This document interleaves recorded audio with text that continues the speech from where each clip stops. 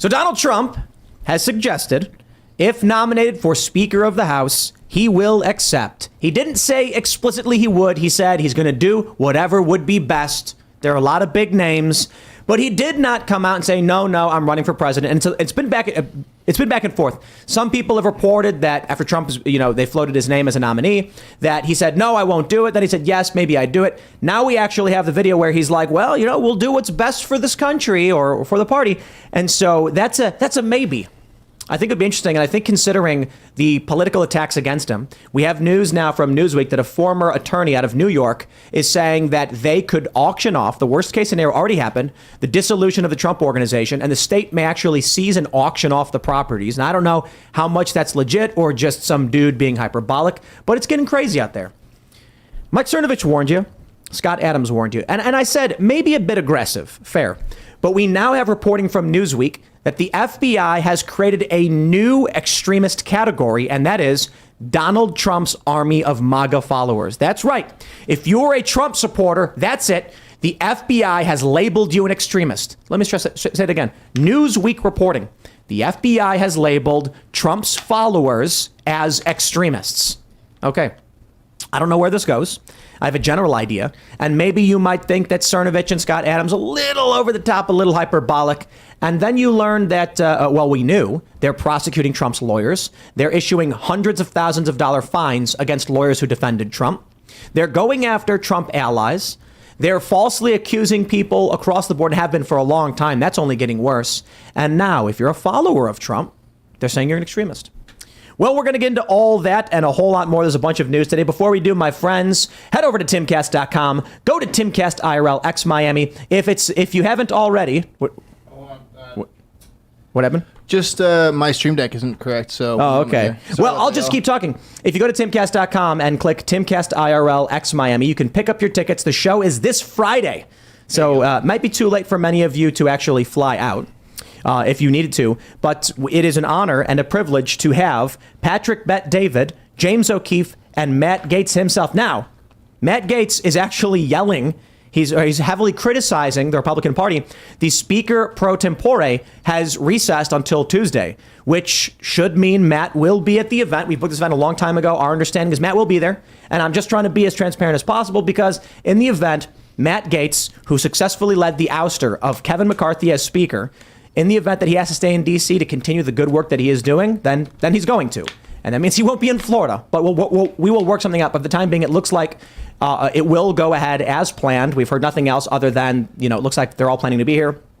And talk about crazy timing. It is going to be absolutely tremendous to hear from Matt himself discussing exactly how this all went down and his thoughts and his ideas as he has been. So pick up your tickets if you haven't already. It's going to be great. Also, click Join Us at Timcast.com. Become a member to get access to the uncensored members-only shows Monday through Thursday. We will have one of those shows up for you tonight at 10 p.m. And as a member, you also get access to our Discord community where you can speak with like-minded people. There's pre-shows, there's after-shows, and in the Discord, you can submit questions and even call into the uncensored show and ask us questions. So smash that like button, subscribe to this channel, share this show with your friends. Joining us tonight to talk about this and so much more is Mike Benz. Hey guys, thanks for having me. You want to get up to the microphone? Oh yeah, no, thanks for having me. This speaker move with Trump sounds particularly cinematic. I mean, if you look, yeah, that's one way to put it. If you look at the powers of the speaker, I mean, there's a certain irony because the speaker is in control of counting the votes. So Trump will actually have his sort of dream come true of being in charge of the counting of votes. After the last election cycle, but then all the committee assignments and the power from there to be able to determine who's on every committee. I mean, that's a power. He didn't even have as president. That would just be kind of crazy. Yeah, the budgets. Who gets investigated too? Do you want to introduce yourself and the work you do? Yeah, my name is Mike Benz. I'm the executive director of Foundation for Freedom Online. Our job is to restore the golden age of the internet, which we all know and love, and in that spirit. Right on. That's what we're doing. Censorship and other issues like that. So we'll certainly talk about a lot of this stuff. So thanks for hanging out. Luke Rudkowski, of course, is here. Hey guys, my name is Luke Rudkowski of youtube.com/WeAreChange. And today I am wearing my Biden 2024 shirt with him in a power pose, which you could exclusively get on thebestpoliticalshirts.com and support my independent media organization. And before we start, a serious question. What do you guys call an Irish Catholic with 400 girlfriends? Wait, come on. A sheep farmer. And oh goodness, Seamus Coughlin is also here from Feeding Tunes. I really appreciate the confidence of not ironing a shirt that you're going to wear before you try selling it on air. It's pretty impressive. Okay. Happy to see you, buddy. I missed you a lot. Seamus, who are you? What do you do? Well, I was gone from this podcast for quite a while. I'm a recurring co-host. I'm most well known for a YouTube channel I run called Freedom Tunes. I make animated cartoons.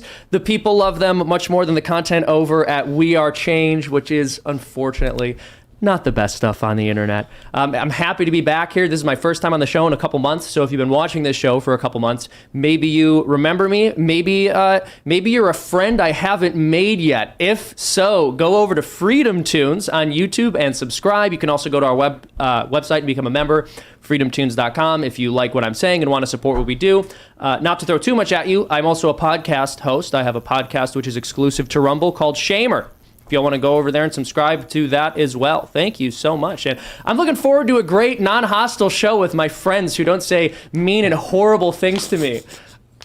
I'm glad I'm sitting between you guys. I just speak facts. You know, I've never heard you state a single fact in your entire life. I don't know about that, but Fake news, Luke. Okay. How's it going, Tim? I've missed you. Just let there be a little bit of silence. The awkwardness. So he can think about what he's done.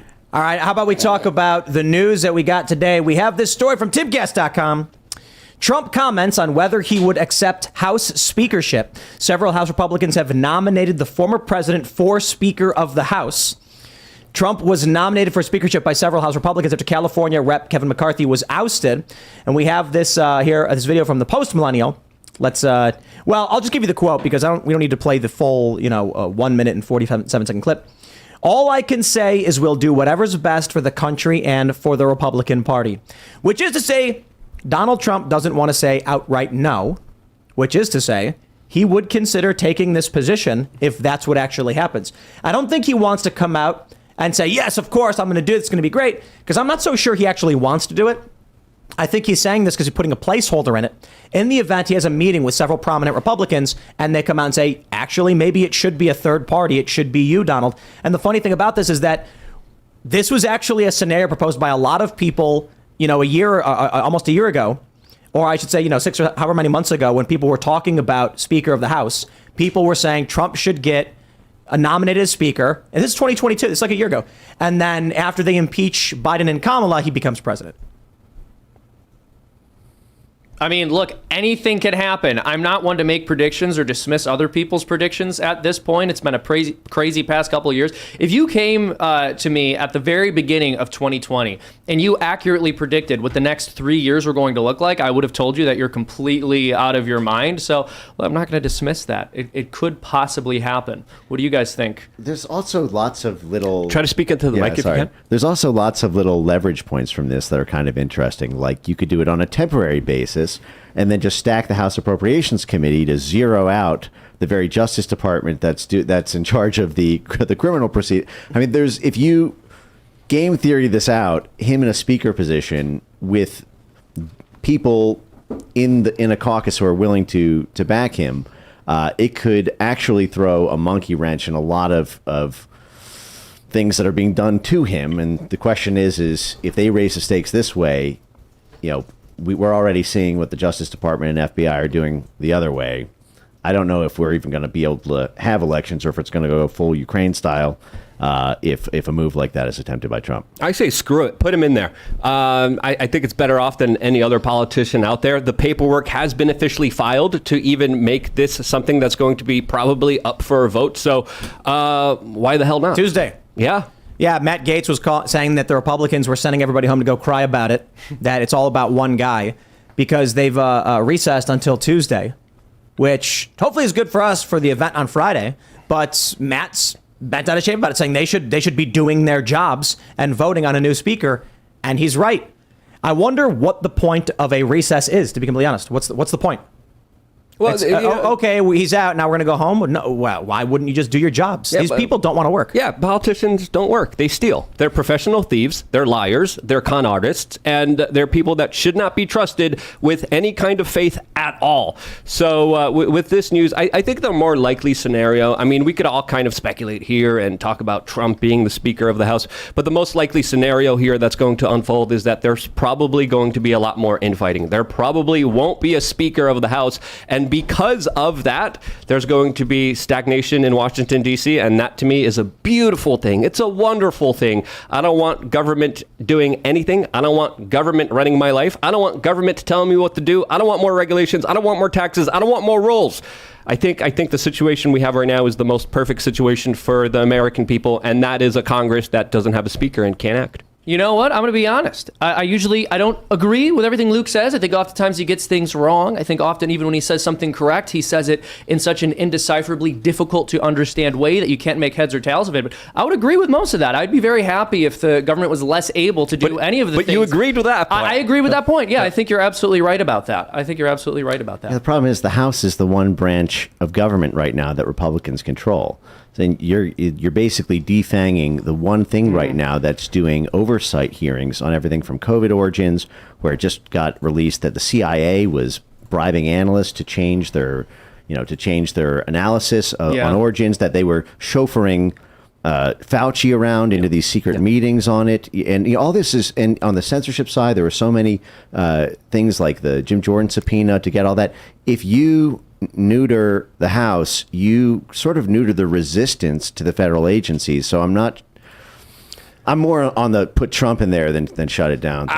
I think the more likely scenario is that no one's going to be in there. And to the point that you brought up, I do wonder why the CIA was bribing analysts to cover up the origin of the sickness that we all had to deal with, that EcoHealth Alliance and their organization and other seedy parts of the government were involved in as well.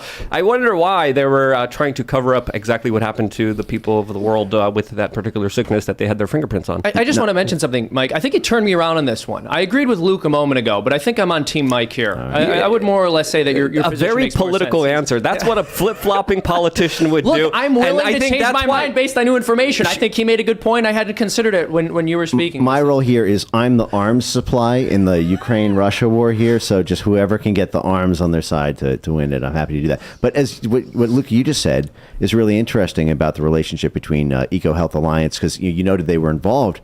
I mean, it was more than involved. USAID paid them $53 million, and USAID has a very long history as being a conduit for CIA activity. Oh yeah, and there's a lot more on that particular thing. So is a suggestion that Trump as Speaker of the House would be as ineffective on a lot of core issues?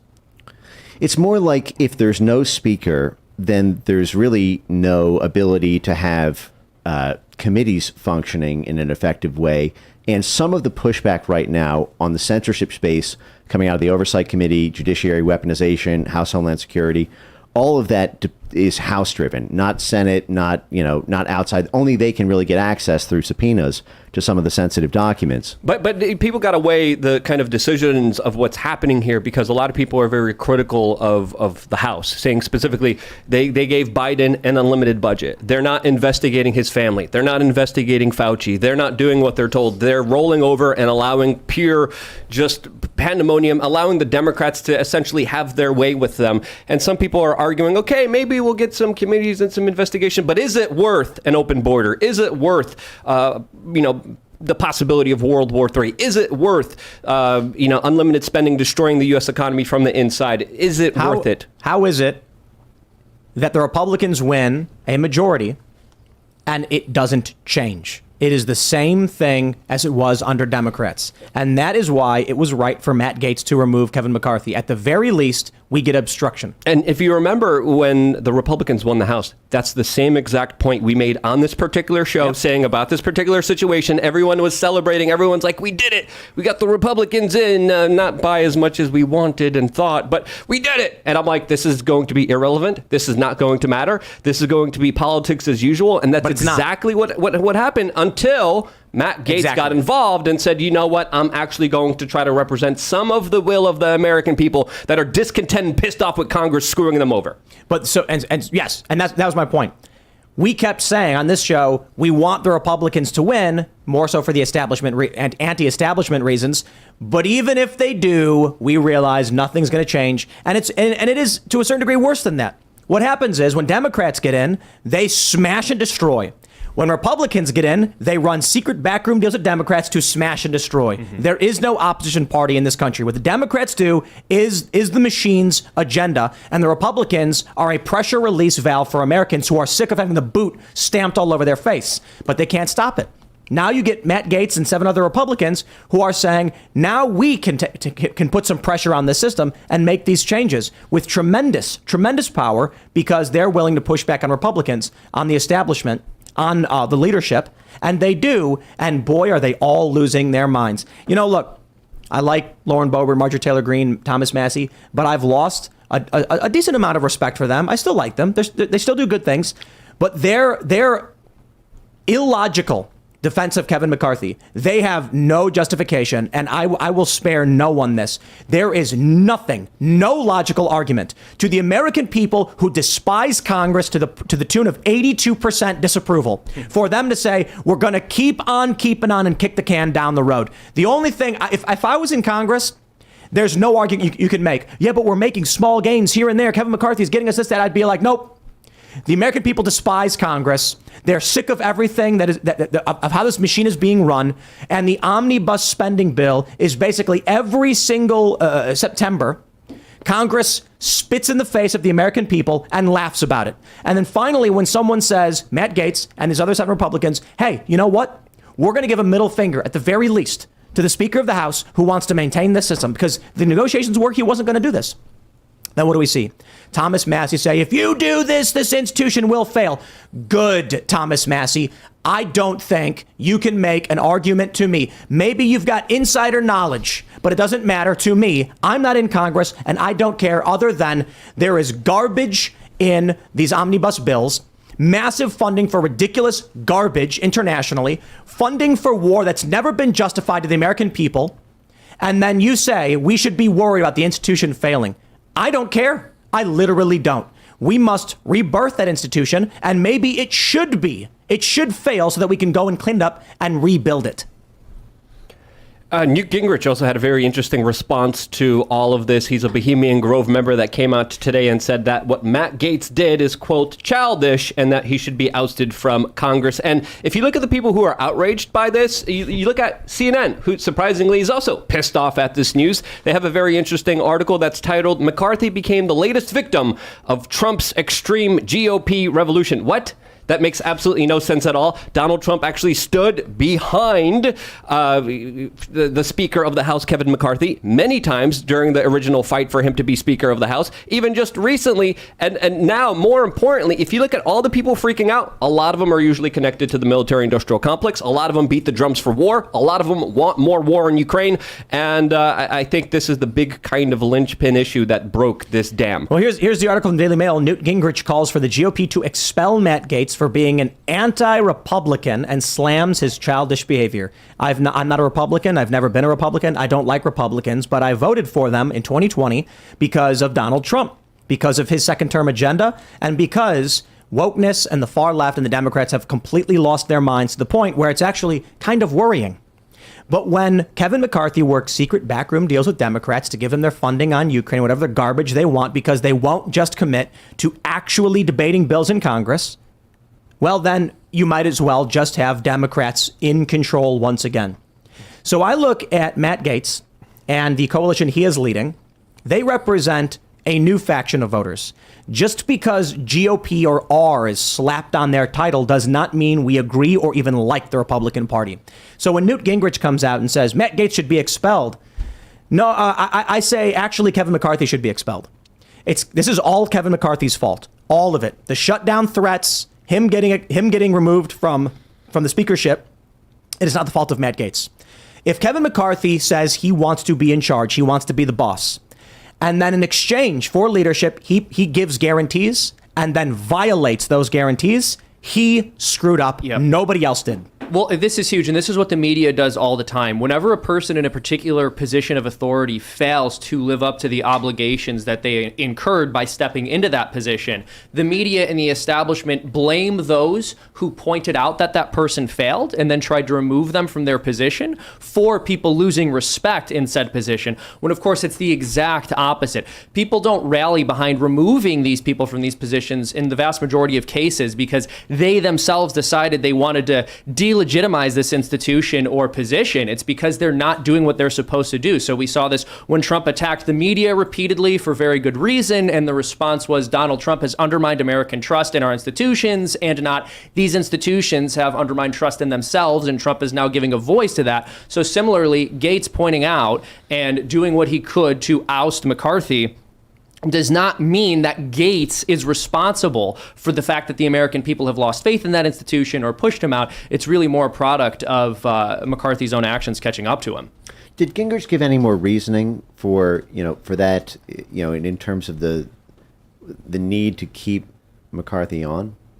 Did he spell that out in detail? Because, there is this divide between the stakeholders in the American empire and the interests of the people who live here that is sort of the fault line, as I see it, in the GOP civil war. You have this generations-old GOP power base, which is tied to the military, it's tied to the energy sector, it's tied to the intelligence services, and these are folks who, from oil companies to military contractors, make their money on the expansion and protection of assets in foreign lands. And sometime around the 90s, there became a very noticeable cleavage between the kind of trickle-down economic ideal of those corporations sort of spilling into the middle class to having this kind of divide between the American homeland and the empire, where the people in the homeland were suffering even as the empire grew and expanded. And what we see right now in the Republican wing is you can pretty much tell whether or not somebody voted for or against McCarthy by whether they represent the foreign policy establishment or whether they represent domestic interests. The Democrat Party is completely corralled on that front. There's division on the GOP. My concern with this is, since I don't fully understand the logic of the McCarthy back, why it is that folks like Gingrich are so insistent on it. I wonder if without compromise to that blob, people are afraid of, they don't really have a mafia on their side. The Bush wing of the Republican Party, I think protects, there's strong representation in the Justice Department and in the DOD and CIA and State Department. There's no representation of that in the populist wing. So there's no protection against attempts to use dirty tricks to kill the careers of Republican, Congress people. So I wonder how much of that is appeasement because there is no mob for the populist faction of the GOP. Well, Newt does represent more of a kind of rhino establishment-based politics that, of course, is also connected to many secret societies. And as he previously even said before, the main kind of problem that a lot of people are seeing with Trump is that he's not a part of some of those same secret societies. So what you bring, you bring up a very interesting point, because there are a lot of populists, but there also is a lot of rhinos, a lot of establishment types, a lot of people who go to the Bohemian Grove, take off their clothes, worship Moloch, and of course have mock child sacrifices that are the good old boys, the good old Republicans, the Christian conservatives that of course value traditional ways, which is kind of ridiculous when you look at the face value of what they're responsible for. Because when they had a seat at the table, when 2001 happened, they had everything. They had the Senate, they had Congress, they had the presidency, they had the American people behind them, and what did they do? They failed the American people. And I think there's a huge section of the populace that realizes, holy cow, like these guys could be just as bad as the Democrats here. We have to speak out against this. And I could understand your kind of sentiments here, but when looking at the current situation that we're in, the left side is pretty bad. The right side, it's pretty bad too. So I think this is the current predicament that a lot of people are left in, kind of questioning and wondering, where do we go from here? Either side we go on, we're kind of screwed here, and the politicians who are going to be put into place are going to be puppets of the establishment that are going to be doing the screwing. It's all about the interests of those with money, and it always is. There's supposed to be the will of the people involved in our system, but it's not supposed to be direct democracy. But now I shouldn't say now, but we've been in a system for quite some time, maybe even 100 years, where it's literally just ruled by elites. If you have the money, then you make the rules. If you're a regular person, your ideas don't matter. And some may argue that there's a meritocracy in this. Like, well, if you work hard enough and you're smart enough and you make all that money, well, then you will get an outsized voice. It makes sense. Those of merit and capability. The problem is, the purpose of our government was that the opinions of people who work regular jobs and live humble lives matter as well. And for the longest time, they've not mattered at all in our politics. So while I agree, someone like Elon Musk, they're like, how does he have so much power? How does he buy, X? How does he assert this authority? Well, he built all these companies, he made lots of money, and then he uses that, what he built and the resources he's gathered to have that influence. That's fine. I accept that. But our system of government, the neocon neolib establishment, has basically just said we are fine with not allowing anyone of humble means to have a voice, period. Yeah, and the fact that they've overturned 2.5 centuries of precedent to, basically charge Trump with 750 years of prison. And Trump is now winning in the general polls, according to Washington Post, ABC, from, I think, Cenk Uygur had like a freak out over this, that they need to be up like 15 points to be able to win in the battleground states, and just like an outright general ahead. And the guy is facing 750 years in prison. This was something that we never even put a toe over that line before.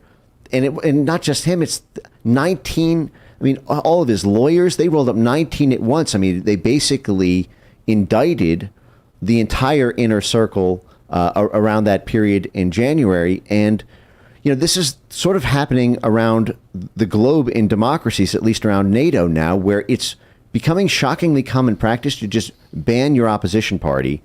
And, Imran Khan's arrested, Bolsonaro, they arrested Marine Le Pen, they arrested Salvini.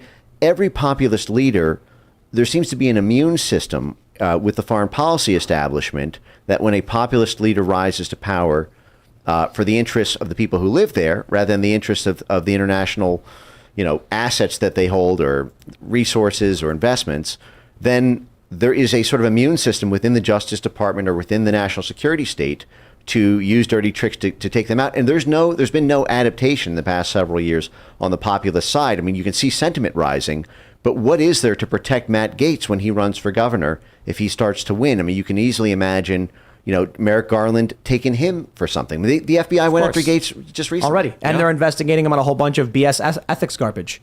And the argument they're making is that Matt Gaetz is only going after Kevin McCarthy because McCarthy won't stop the ethics investigations into Matt Gaetz. And that doesn't seem to make a whole lot of sense. It actually seems inverted. That the reason there are investigations into Matt Gaetz is because he has been continually pushing back against the machine and refusing to play ball. Why is it that so many of the supposed anti-establishment Republicans all of a sudden lost their balls and started just dropping to their knees for Kevin McCarthy? I have to imagine when they watched his investigations launch into Matt Gaetz, they said, please, I'll do anything you say. Because the threat of total shameless weaponization is now very much on the table. I think that it was easier to be emboldened and to take on the establishment when you assumed a certain fair play, a sort of, Mark of the Queensberry type thing. Like, okay, they're going to rail me in the press, or they're going to go after my donors. Not like they're going to physically lock me up and subject me to tens of millions of dollars of legal bills for, jaywalking in my home district. Yeah, well, I think a lot of this is a product of the fact that the media doesn't have the kind of power that it's traditionally had. So in the past, if they did write those hit pieces on you, if they did smear you, if they did tell the American people that you were a big bad racist, then it was quite possible that your political career, if not being entirely over, was going to be in some substantial way negatively affected by those accusations. But as the American people have woken up and seen that the entire press apparatus is controlled by one singular set of interests, and they're going to do whatever they can to keep the people who they're profiting off of being in power, and they're going to smear anyone who's anti-establishment who stands up to them. They've realized, okay, this press apparatus isn't actually working for us the way it used to because it no longer has legitimacy and the American people no longer trust it. So what's left after that? You actually have to take legal action in order to silence dissidents or stop them from running or affecting any substantial political change because you're not able to assassinate them in the court of public opinion anymore.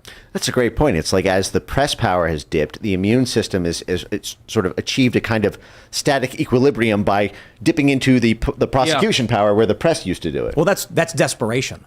Press power is soft power. Right. Scare people will make you sound stupid, will make you look bad, will get you shunned. Then when that power starts failing, they panic. And now they're using brute force. The problem with brute force is that it creates more stress on the system. You're already losing confidence when you lose your propaganda machine. Now when you start locking people up is when people stop believing in your system. Yeah. Yep. I was flying, when I was flying to Ukraine, actually, several years ago, we stopped over in Moscow. I was flying from the UK to Ukraine, and the only flight we could get was transfer in Moscow and then to Kiev. And the funny thing I noticed is that when you board a plane in anywhere in the United States, they say now boarding group 1, or actually depending on the airline, there'll be a like concierge key and military, blah, blah, blah, and people with disabilities, then group 1, then group 2. And what happens? Everybody gets up with their group. Some people might try and push their way forward or pretend like they're in a different group. Someone in group 3 might say they're group 2, but that's typically normal. When I was in Russia, just transferring through Moscow, and they said now boarding group 1, every single person ran full speed and jammed their way to the front of the gate. Same thing was true in Ukraine. And I don't know if that's true for all areas, airports in this region or whatever. But I wondered if when you have 70 years, which is several generations under communist rule, where people are mercilessly beaten, the rules don't matter, and if someone doesn't like you, they'll lie about you and you'll go to the gulag. In order to survive, you must play dirty. Those who played dirty to bend the rules were the ones who survived. So I don't know if this is the case. I thought this. I thought maybe the reason when I'm in Kiev and I'm in Russia, they stampede the gate and shove everyone out of the way, as opposed to in the US taking their turns, is because if you were in the Soviet Union starving to death or in the Holodomor or something like this, the only way you survived was by grabbing someone else's bread and eating it. So they've created generations of people who think the only way I get ahead is if I shove everyone out of the way. And then in the West, we've got a bit more soft and lazy where it's just like, well, I'll just wait my turn. And not always, not everywhere. Obviously, crime is skyrocketing. But it was just a thought that I had. And so as we're seeing this happen now in the United States, a fracturing of confidence in the system due to the loss of narrative control and the abuses of the system with no accountability, the only thing they can do is apply more brute force. Yep. That will result in more people thinking the system illegitimate, which will require more brute force, and then it will break apart. What's so crazy about what you just said is what you just said is the actual strategic linchpin crux of our U.S. counterinsurgency doctrine at DOD, which is when we are occupying a foreign country and we are trying to transition it to a rule of law phase, but it's being destabilized or there's insurgent groups and we need to sort of do a military occupation, get rid of insurgents. There's this. The strategic end goal is to have a sufficient proportion of the population to perceive the legitimacy of the rule of law system. That is when the transition can happen. And the problem is the more control you exert on the population, the less the perception of legitimacy. If people don't perceive the system is legitimate, it raises the cost of occupying because people don't comply. They don't submit their taxes on time. They don't trust the courts. They hustle in the way that Tim was just saying. But what's really amazing is there are all of these techniques to be able to nudge perceptions of legitimacy. This even happened in the 2020 election. The DHS fixated on the term delegitimization for its censorship demands on the social media platforms. And when people were banned for talking about mail-in ballots, it was because they strong-armed and jawboned the companies to adopt a brand new terms of service violation policy called delegitimization, which meant anything that undermined the perceived legitimacy of election outcomes or processes, anything about it whatsoever that you thought might be fishy, was considered to be a legitimization threat. And they targeted it at that level. But this is how the military targets and coerces, both physically and psychologically, like hostile foreign combatants in Iraq and in Afghanistan. The fact that it's been brought fully back here is kind of shocking. It's something that we've been saying was going to happen ever since 2011 inside of the United States, when the Republicans said, we need the Patriot Act. We need to watch everything you're doing. We need to violate the Constitution. We need to violate the Fourth Amendment. We need to rendition people.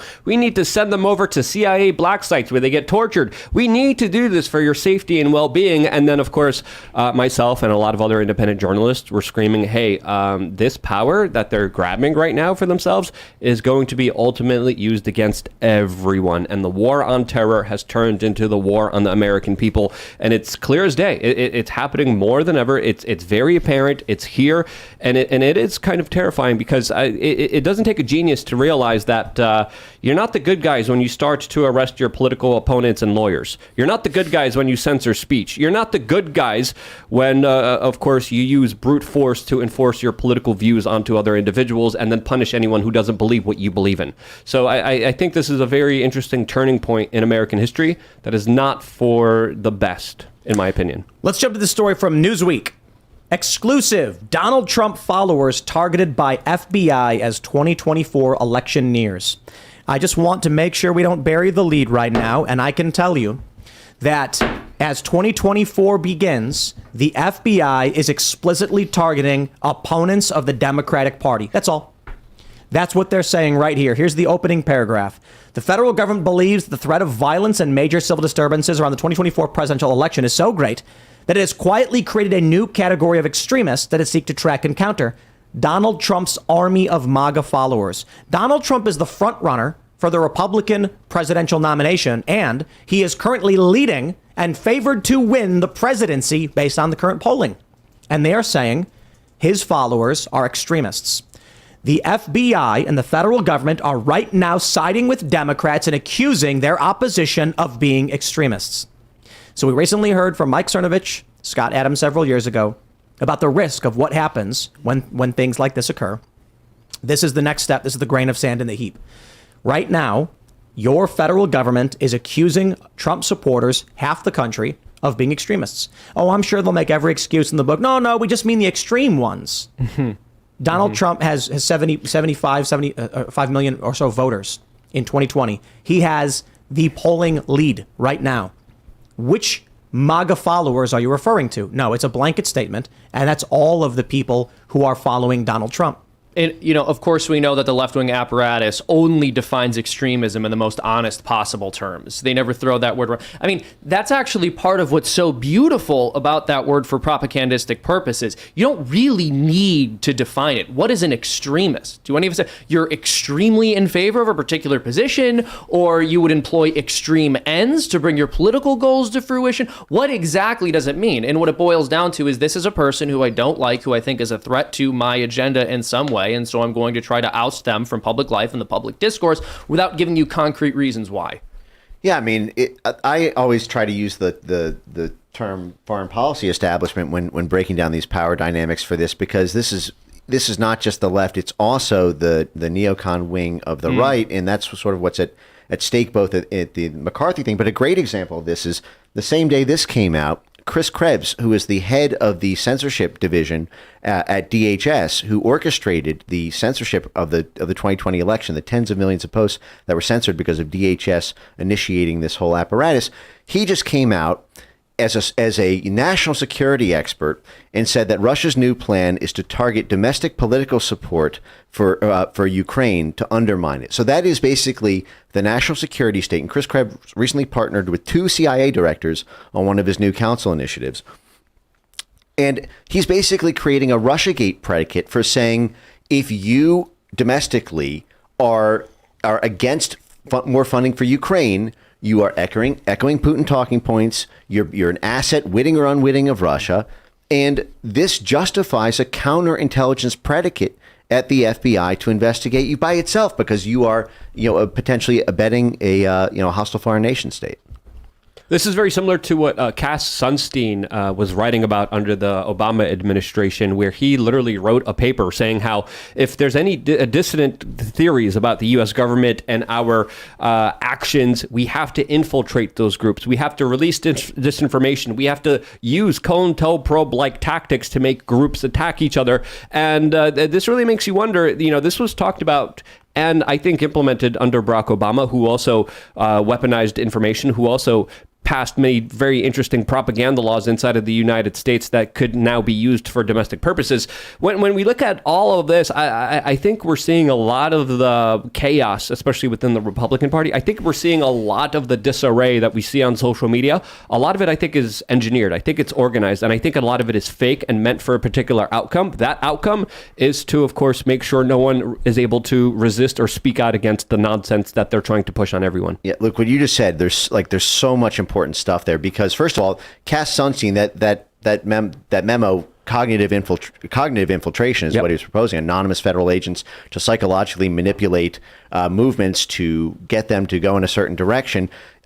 He then that year published a book called Nudge, which is actually the foundation for censorship techniques and so-called interventions on social media, which are being funded to the tunes of tens of millions of dollars by a dozen different federal agencies for all these nudge techniques to get people to stop reading false and misleading news and to rig algorithms and to use AI machine learning techniques to be able to create topographical maps of misinformation communities. And Cass Sunstein, I believe, is currently at DHS, and his wife is Samantha Power, the head of USAID. Mm-hmm. And USAID is the largest facilitator of clandestine operation funding for the Central Intelligence Agency, and USAID is the premier U.S. vehicle for capacity building in Ukraine, as well as in a bunch of other places. USAID actually custom built the digital identity system called the DIA app, which was called A State and a Smartphone, which was funded and developed by USAID to create a digital identity, basically a counterinsurgency tool for political dissidents in Ukraine, tying their social media to their bank accounts so that the U.S. embassy there effectively has basically a heat map of when people are saying things online that might undermine the domestic consensus in Ukraine against, we'll just say, a president who may be influenced by interests abroad. Yeah, it's absolutely crazy how many underhanded techniques that they're using simultaneously while tracking everyone's viewpoints, tracking everyone's opinion, and then they're slowly nudging it in a direction that they want you to perceive, that they want you to think. And this is why I think we have to be very careful and think critically about what we see on social media algorithms, because those are also highly manipulated, as Facebook works with the State Department, works with intel agencies to specifically curate information, as they were even doing psychological studies there, trying to manipulate people's emotions to see how far they could go just by simply deciding on what to show people and what not to show people. I actually talked to Cass Sunstein. I brought his own document to him, and I said, look, you're talking about doing all these covert, underhanded, really immoral things to control the narrative and the discourse in this country. And he said, I never said it. I was like, it's right here, buddy. He never, and again, totally denied it. This is the game they play. Yep. These powerful governmental officials will say something publicly, and then when it turns out bad, they'll just, I never said that. And it's infuriating, but I guess all I can really say is that it's our job to get those videos and get those statements out of the public to prove they're liars. Oh, yeah, and a great example of this, you can go to YouTube right now and type in the search term psychological vaccination, which is a concept and a nudge technique which is being funded to the tune of tens of millions by the State Department, the DoD, and the National Science Foundation. And you can see these government-funded computational mad scientists for the purpose of censorship and stopping people from expressing populist political opinions. And literally, they say that the goal is behavioral modification and psychological inoculation against misinformation. And they have all these different techniques for doing it, which involve basically weapons grade. They call it pre-bunking, but it's basically like the world's most indefensible form of straw manning. It's like, we know they're going to be exposed to these arguments and they're probably going to believe them because they're probably true. But so what we need to do is before they hear them, we're going to expose them to a really stupid version of it. Yep. And we're going to force feed them the talking points to show all the ways that a little incomplete version of that is. Once they've absorbed that, we give them the next part in the argument. We straw man the ever-loving hell out of that. We give them talking points for that. They have this whole concept called media literacy or digital literacy, which is also getting tens of millions of dollars. It's being rolled out in schools. It's something called the SIFT method, so that people don't even do critical thinking. They just sift through the top 10 results of Google and Wikipedia. I mean, they're basically training population research. But I just want to add to this really quickly, because another way that they reinforce this is they have bots and sock puppet accounts that reinforce these particular ideas to gaslight people to believing something that they wouldn't naturally believe themselves, because they're thinking and seeing on social media, everyone else likes this, everyone else thinks this way, and that's how they manipulate the conversation, right. As well as also creating fake ideas that are crazy conspiracy theories in order to destroy an argument before it's even made. And we'll see in, say, like the New York Times, as you pointed out, the stupidest version of a story. Someone on the right, typically it's how it goes, will say something like, Donald Trump was proposing Congress pass a bill that would fund X amount of dollars. Then the New York Times will write, it is the stupidest idea in the world that we would have Donald Trump fund X plus Y amount of dollars. They add something slightly to it, which alters the idea. They find the stupidest iteration. They find stupid people on Twitter, or they fabricate the tweets themselves. And then you'll have something like, conservatives are defending Donald Trump having, kicked a dog. And then it'll be some random accounts with no followers saying Trump should kick dogs. And you're like, what, who are these people? Then when it comes out that there's a bill being passed like end dog fighting or something, the average person has already been exposed to a fake version of the story, and they believe the fake version. That's why Ian brought this up yesterday. He said as soon as he saw one story came out, he knew he immediately had to call his mom and stop her and tell her what was going on before she saw the fake news. Well, that's exactly it. Every single operative in the field of mis- and disinformation studies starts from a first premise, and they talk about this so openly, that if people are exposed to misinformation flush, if it hits them full on and there's not an intervention or some sort of filter or some sort, this is the whole reason that they started doing fact check affixing to social media posts, so that there was some sort of annotation so that you never got the opposing side's argument flush. It never landed completely because there was some way to add friction to it, or some way that there was, a ghost in the machine essentially telling you that's not really true, even though you're reading it with your own eyes. And this is now a technique rolled out at every level, and it's getting so much funding. It's if North Korea did this, we would be shocked at even North Korea's technological prowess to achieve that kind of Orwellian. It's not even post-truth; it's post-brain power. So debunking, obviously, so many people know that debunking is usually fake. They do this thing where they're like, this story's been debunked. And they don't even say, there's no fact checking. There's no evidence.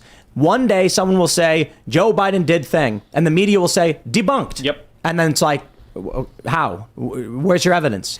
And they'll just say, oh, that story's been debunked. They will write every article saying, and the theory pushed by Republicans, comma, which has been debunked, comma, and it works. There's many stupid people who fall for it. Yeah, absolutely. This is not just them trying to lie to the American people. It gets much bigger and much deeper than this. This is the promotion of mass hypnosis. This is the promotion of psychological warfare that's being waged on the American people without their consent, to deny them the truth and the reality that they live in every single day. It's to preserve power. It's to allow the government to do whatever they want with you. But if you dare to question what they did, or an instance incident where they hurt people or where they screwed people over or where they took your money or when they robbed you, you can't even dare to question or ask about it because you're going to have this artificial intelligence, psychological warfare, and emotional manipulation, gaslighting on your butt like white on rice, saying, no, you're a crazy conspiracy theorist. You need to be denied access to speech. You need to be downranked in the algorithm, and usually you are, which is absolutely frickin' crazy. Yeah, I mean, so the media is really supposed to exist in order to solve a very serious and important problem, which is that there are many things happening in the world at any given moment which affect all of us, but that we simply do not have the time to gather the information about ourselves in order to make informed decisions about. Everyone in this room does this for a living, but your average person working a normal 9 to 5 or even more hours than that does not have time to sit down and sift through all of the information about every relevant news story. Even those of us who do this for a living have to zero in on specific topics of interest and become well-versed in those because we can't know everything about everything that's happening in the news. And that's why it's so important to have a media apparatus that you can trust. But of course, we don't have that in this country. They've abused their power and they've used it in order to manipulate people. So they throw information at you, as you've all expressed and mentioned here, which contains incorrect information or which simply labels information which is true as debunked with ever actually going into it. And of course, your average person, I mean, not only do they not have time, but even if they did have time, our brains are not designed for us to be able to endlessly sit in front of a screen and sift through every story and retain all of the information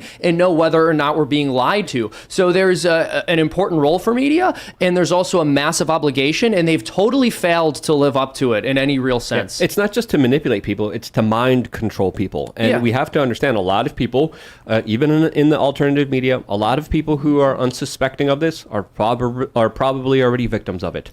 Yeah, well, the less you realize that the media is trying to lie to you and manipulate you, the more susceptible you're going to be to that manipulation. One thing I do find that's helpful, if there's a particular story or there's a particular conservative talking point, for example, that the media is saying is untrue and it's far right and it's been debunked, and it doesn't have to be a conservative one. It can literally be anything that the media is claiming isn't true. Go look at the debunking, because what they'll usually do is centralize what they believe all of the best arguments against that story or position are. They'll put them in one place. They'll give you their most competent narrative spin, and usually even that is very easy to see through. That's one thing I've done in the past when I'm researching stories. I will look up the articles fact-checking the story, and if you can immediately see through the fact check, that's a good indicator that they're lying to you. Here's and another that they way. don't have good arguments. PolitiFact famously had two quotes, one from Bernie Sanders and one from Donald Trump, which were effectively the exact same quote. And Bernie's was labeled mostly true and Trump's was labeled mostly false. That's right. They had made a comment about the unemployment rate for, I think it was young black men, being around like 50% or some very high number. PolitiFact, Bernie Sanders, mostly true, blah, blah, blah, blah. Donald Trump, same quote, mostly false. Because what does mostly true or mostly false mean? It's nothing. It's nebulous. It means useful to the regime or harmful to the regime, basically. And even more shocking, like the fact-checking industry is entirely government-sponsored. PolitiFact gets money from the U.S. State Department. Poynter has like 65 government grants.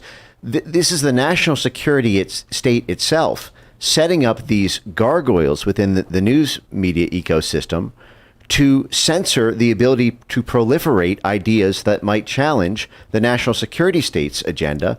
And if we're supposed to have a civilian-run government, but you now have this kind of quasi-military statecraft intelligence apparatus that if the people want to vote for something that they would have to be beholden to, they can in before it by basically blocking the ability to politically organize or to form a consensus because they can't even speak the words to make the point. I want to jump to this story from Newsweek. Donald Trump's properties will likely be auctioned off, attorney says. So where are we? Where are we currently?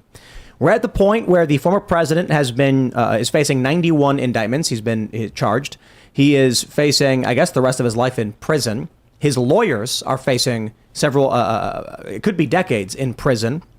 They're sanctioning other lawyers who made arguments on his behalf. They're targeting Trump supporters as MAGA extremists. The FBI is targeting Trump's supporters. If you're a Trump voter or Trump follower, you're an extremist according to the FBI. This is a leap from where we've seen it before. And now we're hearing that after a judge summarily ruled that Donald Trump must dissolve the Trump Organization and several New York companies, a former attorney out of New York is saying that likely what they'll do is they're going to liquidate and auction off his properties. Donald Trump's properties will likely be liquidated and sold off at auction after a judge found he'd committed fraud, New York's former assistant attorney general has said. So it's not just some attorney, it's the former assistant attorney general. Tristan Snell was speaking after a court found that the former president had massively inflated the value of some of his properties and ordered that some Trump companies involved be stripped of their corporate licenses. Quote, "The worst outcome that could have come from this case has already been handed down, and that is for the corporate licenses to be canceled. The properties are likely going to be liquidated. The properties are probably going to be sold at auction. That's probably what is going to happen. We don't know that for sure, but that is probably where this is headed. So Trump is already really, really in trouble." Did the courts prove that Donald Trump committed fraud? They didn't. The AG said, here's our argument. Donald Trump's team said, we have an argument. And the judge said, I don't care. Bang the gavel, summary judgment. You did commit fraud because I said so. That's it. Luke, now, I'm with you. Make this man Speaker of the House. Now they could effectively seize and auction off his properties and just strip him of his wealth. You know, I don't view Donald Trump as doing all of this for himself in terms of financial gain, because he ain't getting it. He's losing it. But I wonder if Donald Trump is doing this for himself because he is filled with a blind rage and wants revenge, and I'll take it. Yeah, I mean, look, he knows that these people have done basically everything to try to screw him over and screw the American people over. And it's very important for the powers that be that you, as an average person watching what's happening in the media, know that this is what happens to people who stand up to them. This is what people who are a thorn in the side of the establishment are going to have to go to in present day America. It's a very sad situation, and we have to pray for him. He's really going through a lot. And I genuinely do believe that regardless of whether I agree with him on everything, and there are certainly things I disagree with him about, that he's doing a lot of this because he is angry with the injustices that the American people have faced at the hands of the establishment over the past several decades. Kyle Seraphin made a joke once that there's so many stacking human rights violations in this country now that the country we used to live in would do a land invasion of the country we currently live in.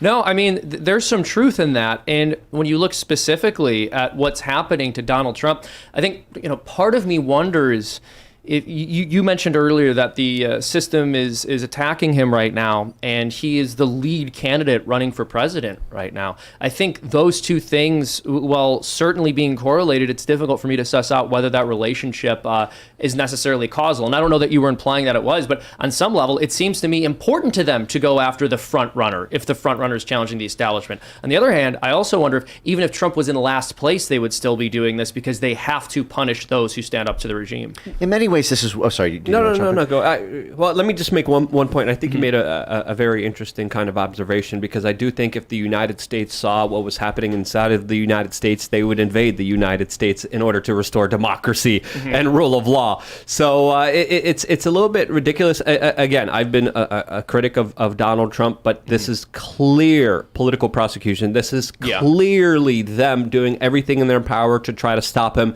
And the more that they do that, the more popular he becomes.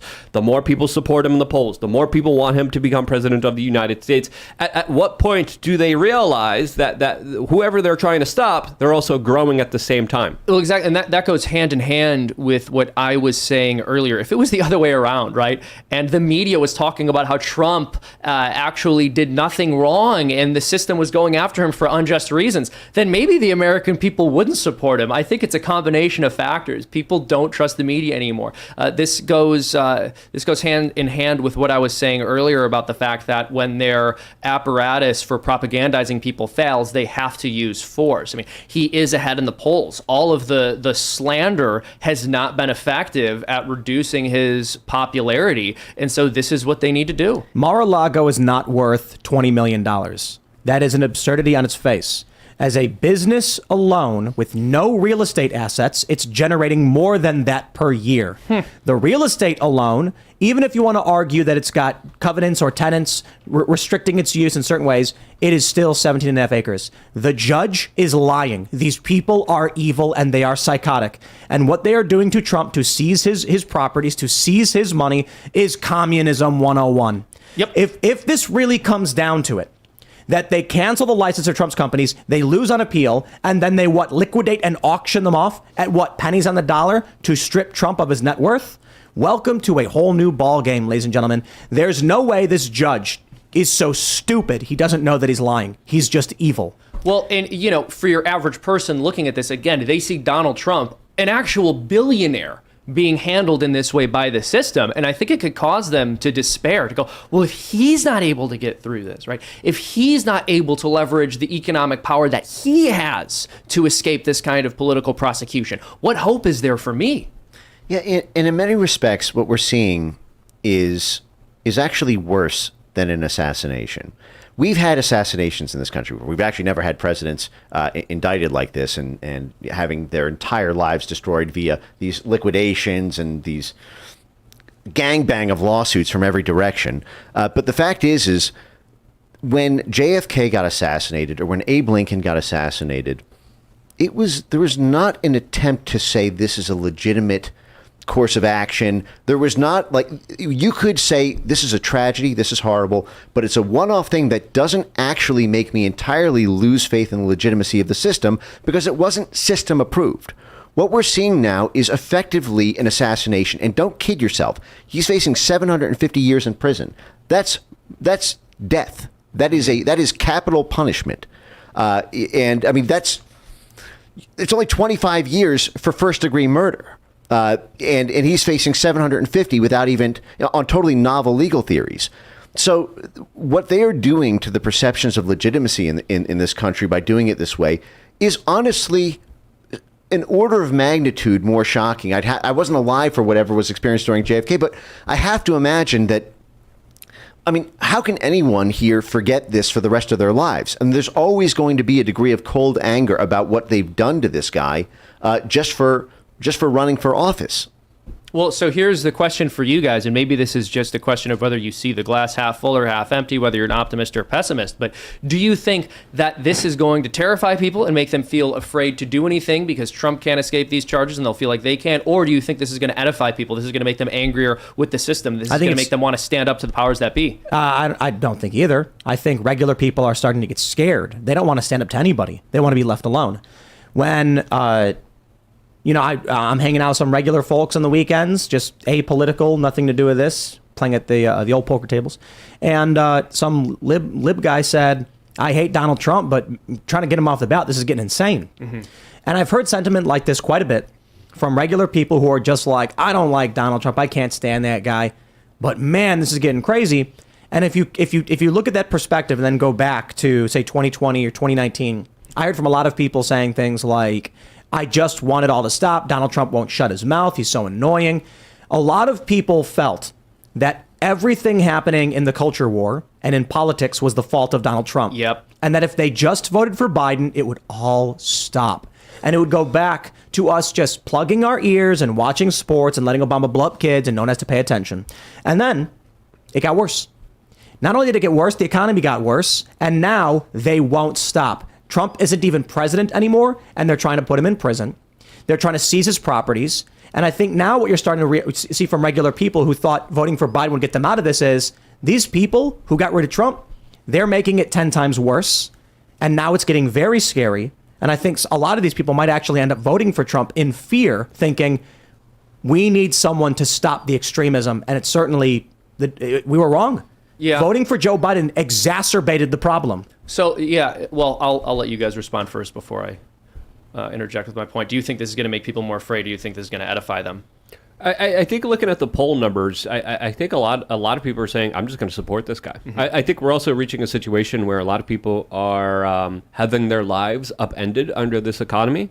I think inflation has a big deal to have this kind of sentiment of people being pissed off, people saying, hey, everything I had, everything I wanted to achieve in this life is becoming less and less achievable. Groceries are becoming more and more expensive under this administration, and now they're doing a huge power grab where they are trying to put their main political opponent in jail.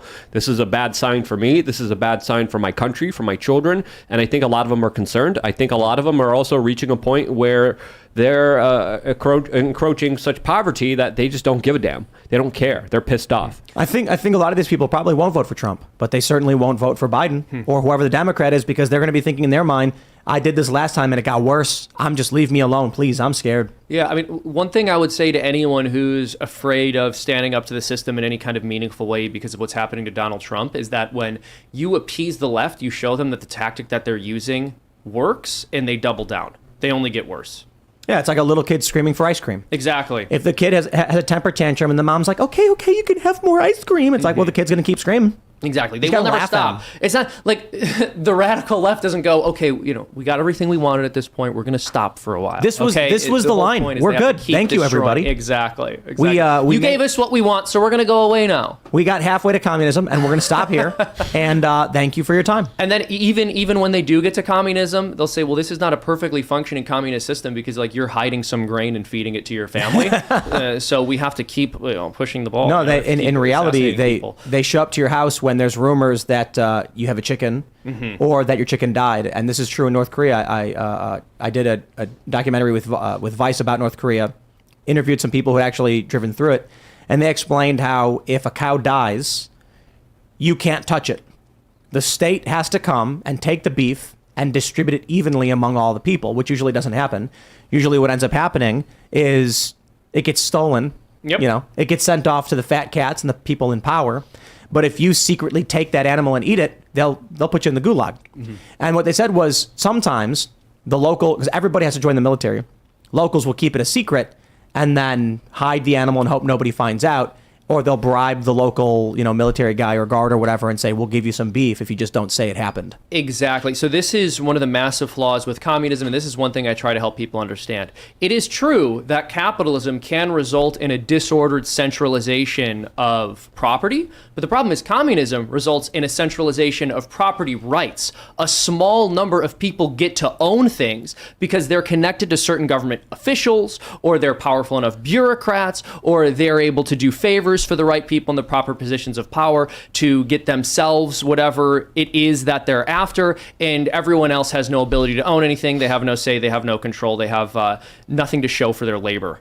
Well, I got bad news on that front about the situation here, because the backbone of our interstate commerce law is a case called Wickard versus Filburn, which was a case that prohibited a farmer from being able to grow, beyond a certain amount of food crop on his own property because of its impact on interstate commerce. I mean, it's when you mentioned the cow, I thought, well, call that grain, and that's actually the architecture of all of these restrictions on personal freedom on grounds of it impacts interstate commerce, and thus it's almost like for the collective good, there are these limitations. And I'm not even saying that that's, there is a school of thought, there is something to that, but there's a lot of similarities to foreign tyrannical systems that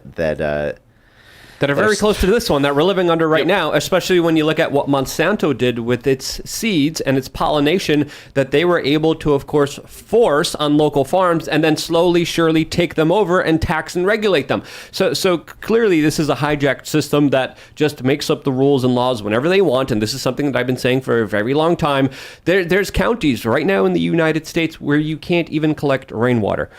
You can't even grow your own food. You can't even have a chicken. And that to me is absolutely absurd.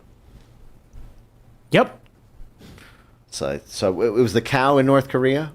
Well, that was just one story I heard. But that's communism, man.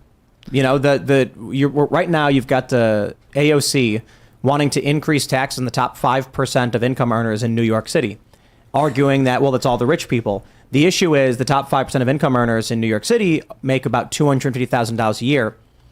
That's good money. I'm not saying these people are by any means broke, but we're not talking about the 1% anymore. What's happening is, as the wealthy leave, the tax base flees, and wealthy people pay the bulk of the tax revenue, or the bulk of taxes.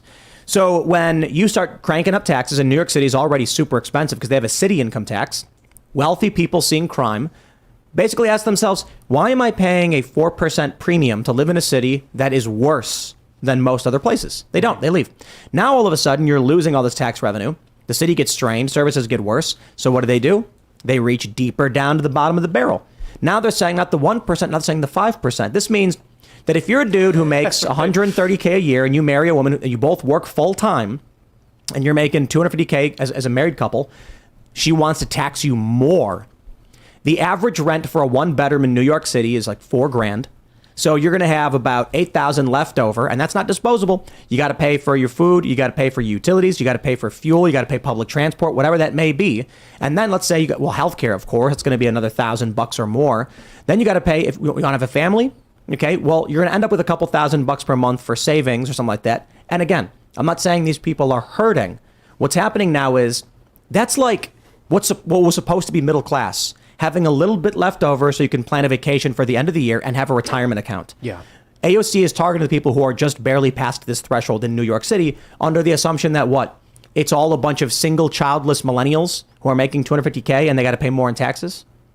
Yeah, well, I mean, even so, yeah, $250K is a lot of money, but the government is taking in plenty of money right now and they waste it. And there's actually some evidence that the government taking in more money results in an increase in debt because statistical trends show that historically, for every dollar the government gets in revenue, it spends $1.33. So this is something we've seen repeatedly over time. They get more money and then they spend more. We saw this with the Trump tax cuts, as a matter of fact. The left kept arguing, Trump cut taxes and we saw a decrease in revenue. That's not true. We actually saw a 5% increase in revenue as a result of his tax cuts because the economy became more productive because more people were working because they got to keep more of their income. And so even off of smaller assessments, even off of a lower tax rate, the government was generating more revenue. The problem is spending increased 10% when that revenue increase went up 5%. And so we did end up with more of a deficit after the Trump tax cuts. Right. But it wasn't because we lost revenue. It was because they spent all of the revenue gains plus more. My point is, expect them to keep digging deeper and deeper. Yes, absolutely. After this, they're going to say the top 10% of income earners. Yep. And then eventually, the top 10% of income earners are going to be making $10 more than the average income earner. Mm-hmm. When they flatten income and everyone in New York is only making $15 an hour, who will be the top 1%? There won't be one. Well, I guess there will be. It'll be you. You will all be the high end. You'll be making $16 an hour and you'll be the 1% and they're going to tax you for it. So abolish the IRS, right? And this is state. This is city. Let's go back to 1913. This is a city, though. Yeah. This is New York City. Yeah, New York City tax, state tax, and federal tax is what people have to deal with there. And on average, pay around, I think, close to 50% of their income, of their personal profits that they, of course, worked hard for. Why work? Why work when the government's taking more than half of it? And not just why work, but why stay? Why not go to a more rational state? New York is not exactly in a good negotiating position right now to start asking the people living there for more money. Do you guys remember that story? I don't know if it's true or not, but it's a good story. This woman had a viral TikTok where she explained a professor was talking about capitalism and communism and issued a wager to the students saying, we'll try out communism. Everybody will take their final or their midterm or whatever, and then we'll average out the grades and give everyone an equal grade. And a bunch of people are like, no, we don't want to do that. And a bunch of people are like, yeah, okay, let's do it. What ended up happening is the people who busted their asses and studied and hit the nail on the head with the hammer ended up getting B's. And the people who did barely anything were like, this is great, I got a B. Then the people who did really well and held the average high said, what was the point of doing all that work if I ended up not even getting ahead because of it? I just wasted my time for no reason. So what happened? The next time they ended up doing the next test that came around, everyone ended up getting a C. Now everyone's pissed off and complaining about how this is running. And then the next test, everyone failed. Because everyone started saying, what's the point of working if I'm not going to get ahead because of it? Why would I hurt myself and struggle and not be rewarded for it? And that's the problem of communism. It's not so much I certainly think there are Marxists and communists who want to foment this system. But I think when you look at what AOC represents, there is a banality of communism. There is the blind ignorance of marching towards communism by people who are too stupid and they're first order thinkers. AOC, for example, I think she lies a lot. I think that's evil, but I also think she's really stupid. So what ends up happening is, what is she saying now? She signed on to a pledge from the Democratic Socialists to raise. They want taxes raised on the top 5% of New York, and that's where we're at. 10 years ago, it was the 1%. Now it's the 5%. When there's no one left to tax, you have to tax everyone else. It's easy to say the 1%. They raise the taxes. Now the 1% leaves, revenue goes down. The 5%, then the 10, then the 20, then the 25, then the top 50%. Then it's class war.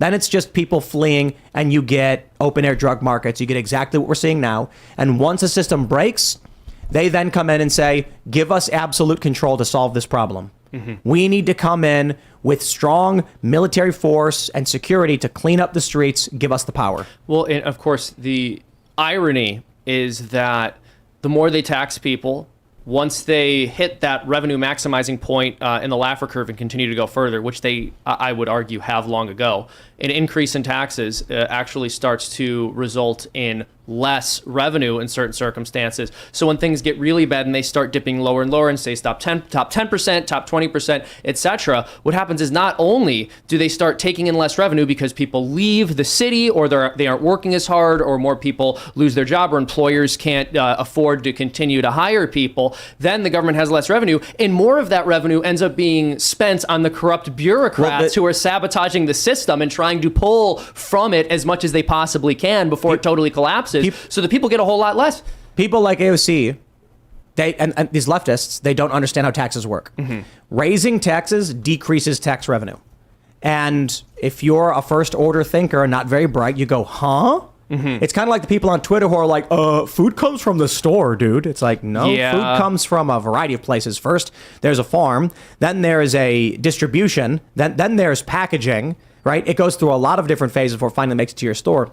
But the reason raising taxes typically will decrease tax revenue, if you have $1 and tax is 5 cents, 5%, and I give someone the $1, they got to give a nickel to the government, but they still have 95 cents. So they trade that 95 cents, and now someone's going to give, a 4.8 or whatever the math is, another fraction. So the government in these two transactions ends up getting slightly more than the one transaction. The simple way it works is if you tax someone at 50%, and then someone trades their $1, you take half of it. Then the next person only has 50 cents. They can't afford to buy anything, so they sit on it. The government made 50 cents.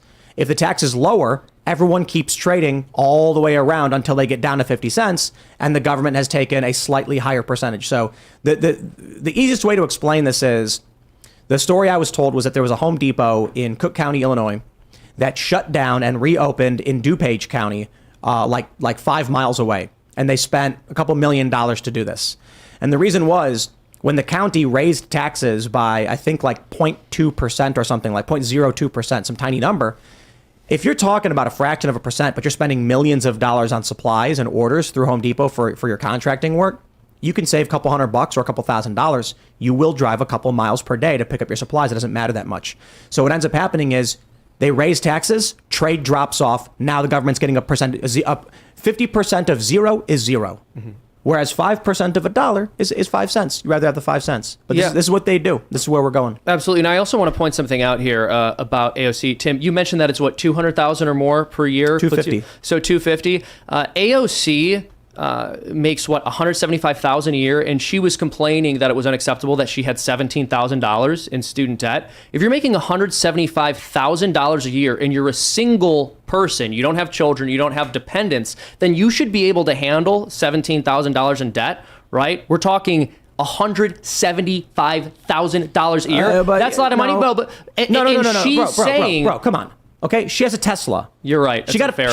She has to pay that off. Yeah. No, exactly. So my point is, she can't afford this $17,000 a year, even though she makes, or not $17,000 a year, $17,000 total in debt, when she has $175,000 coming in each year, and she's going to sit here and lecture us about how people could be paying more money for social programs that they didn't sign up for when she chose to take that debt out herself. I will say, to be fair, Teslas actually aren't that expensive. Not as expensive as they used to be. Yeah, I think she's like a Model 3, and it's like $30,000, which is crazy crazy to think because That's unacceptable that she owes $30,000 on that. no, it's crazy that taxpayer cars should have pay for got. that It's crazy for her. that cars have gotten that expensive.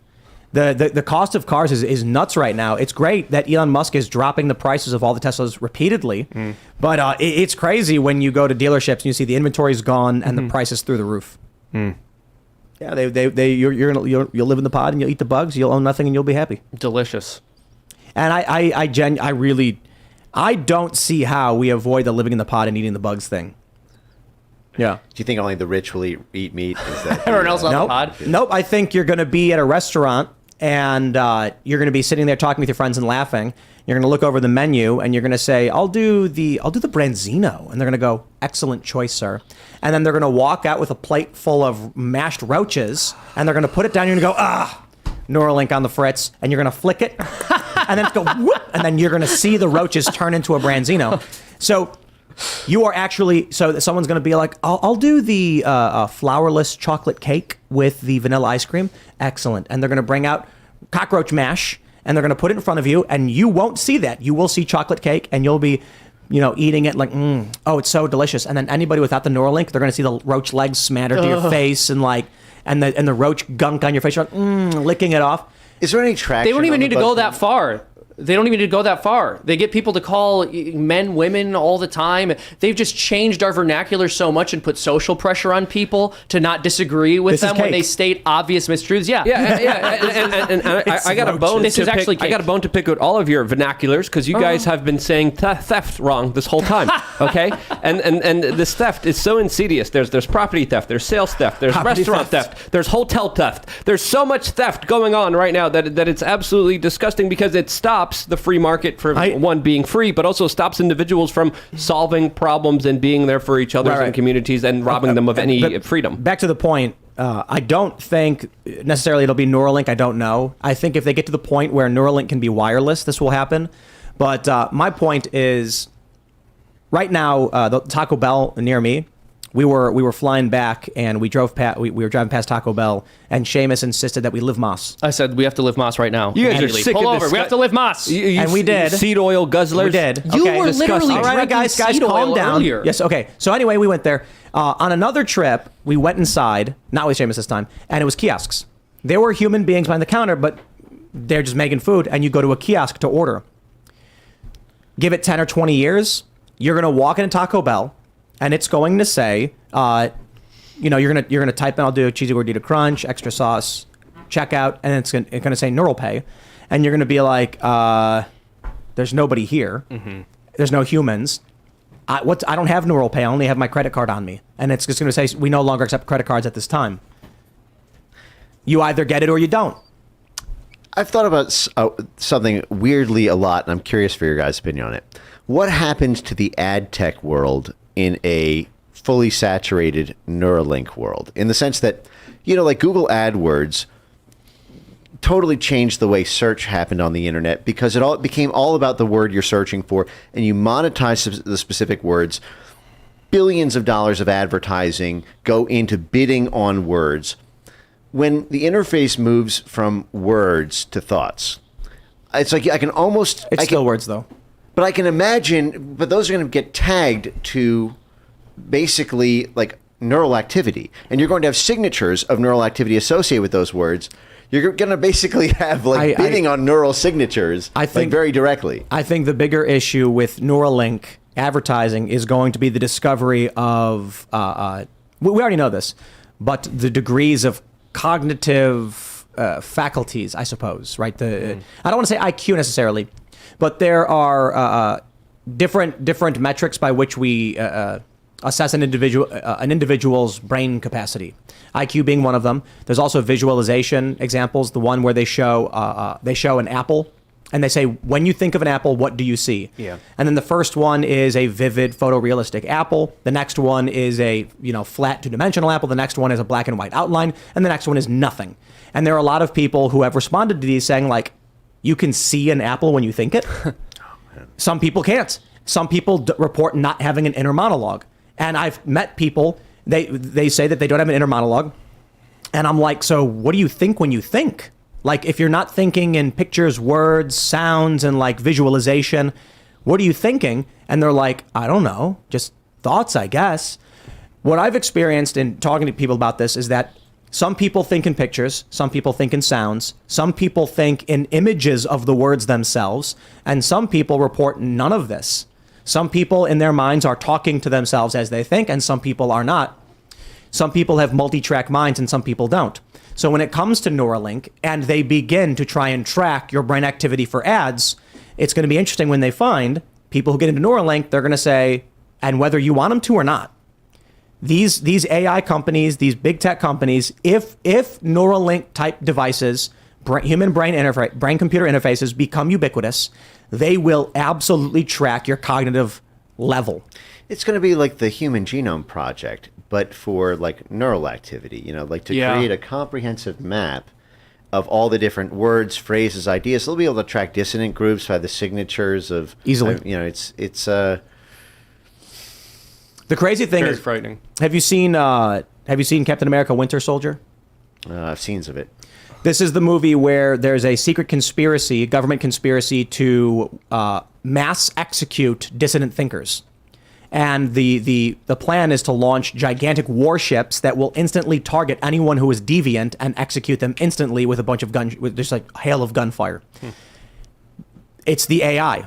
An AI will know you are going to vote for Trump before you even consider voting for Trump yourself. It's the Dia app we installed in Ukraine. I mean, in a sense. Facebook knows when you poop. Right. Facebook knows when you're going to go to the bathroom before you even know you're going to go to the bathroom.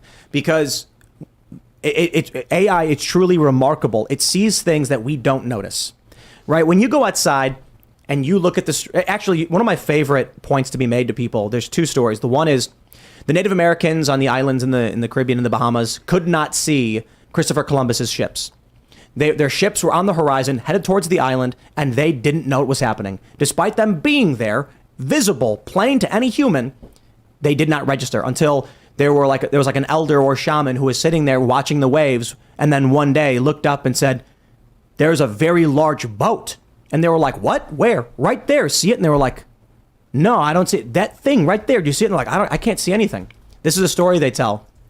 And the reason they say that the elders were able to notice it is because many of these tribes and different civil societies would map waves. By tracking the direction of the wave, you actually know where islands are and where other land masses are. So when these big ships are creating wake and creating waves, the masters were like, "Hey, wait a minute, something's there." But it wasn't within their comprehension.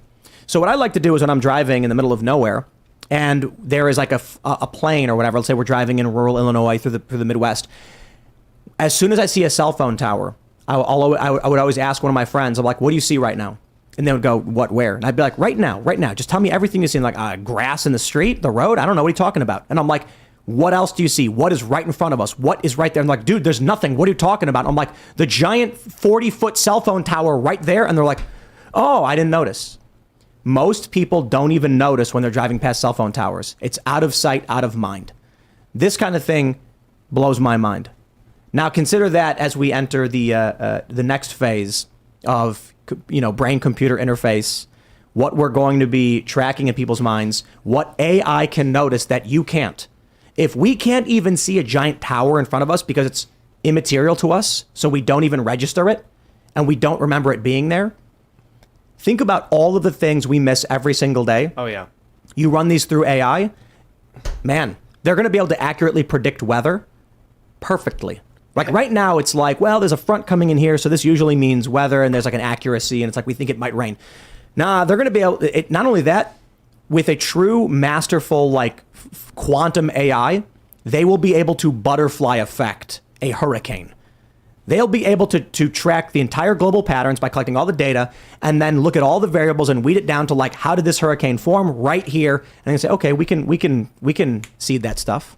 It's going to be nuts. Yeah, I was just going to say, they won't be able to just predict. They'll be able to manipulate and create a lot of the stuff that we're having to deal with. And, a lot of people talk about, weather modification being crazy. There's already a science to this. The Chinese government is already using this. And that's one element of this that doesn't even have to do with the social aspect of this. Doesn't have to do with the psychological aspect of this. As, of course, the manipulation that is already underway probably involves components of artificial intelligence as we speak right now. I don't know about you, but I think there's the possibility of a bigger conspiracy here, and the possibility of a lot of technology that we're not even aware of already at use, manipulating our thoughts and ideas as we speak right now. What do you think?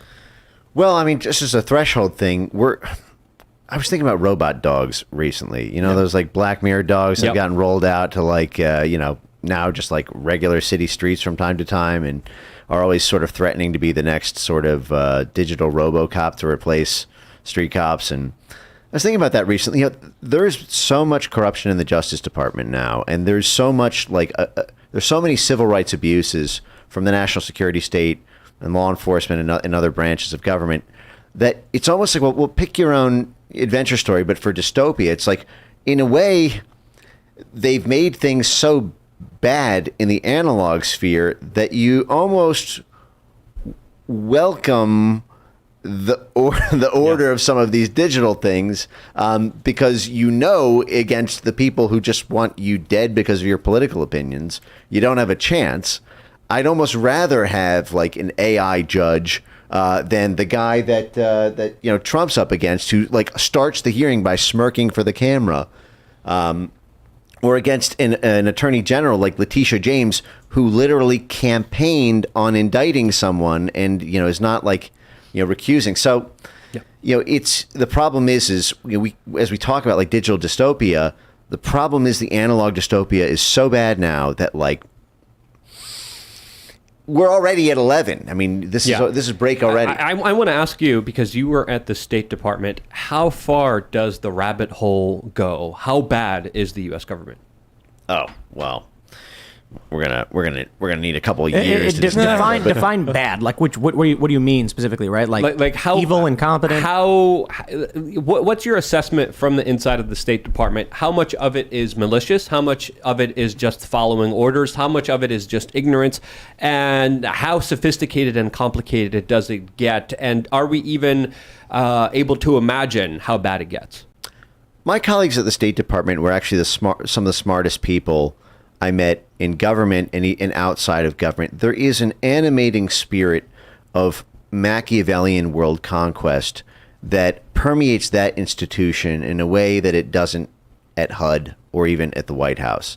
There is a sense of the bigness of the world and the interconnectedness of the world, and the opportunities in the world to go region by region and stack the deck in ways that are advantageous to State Department stakeholders.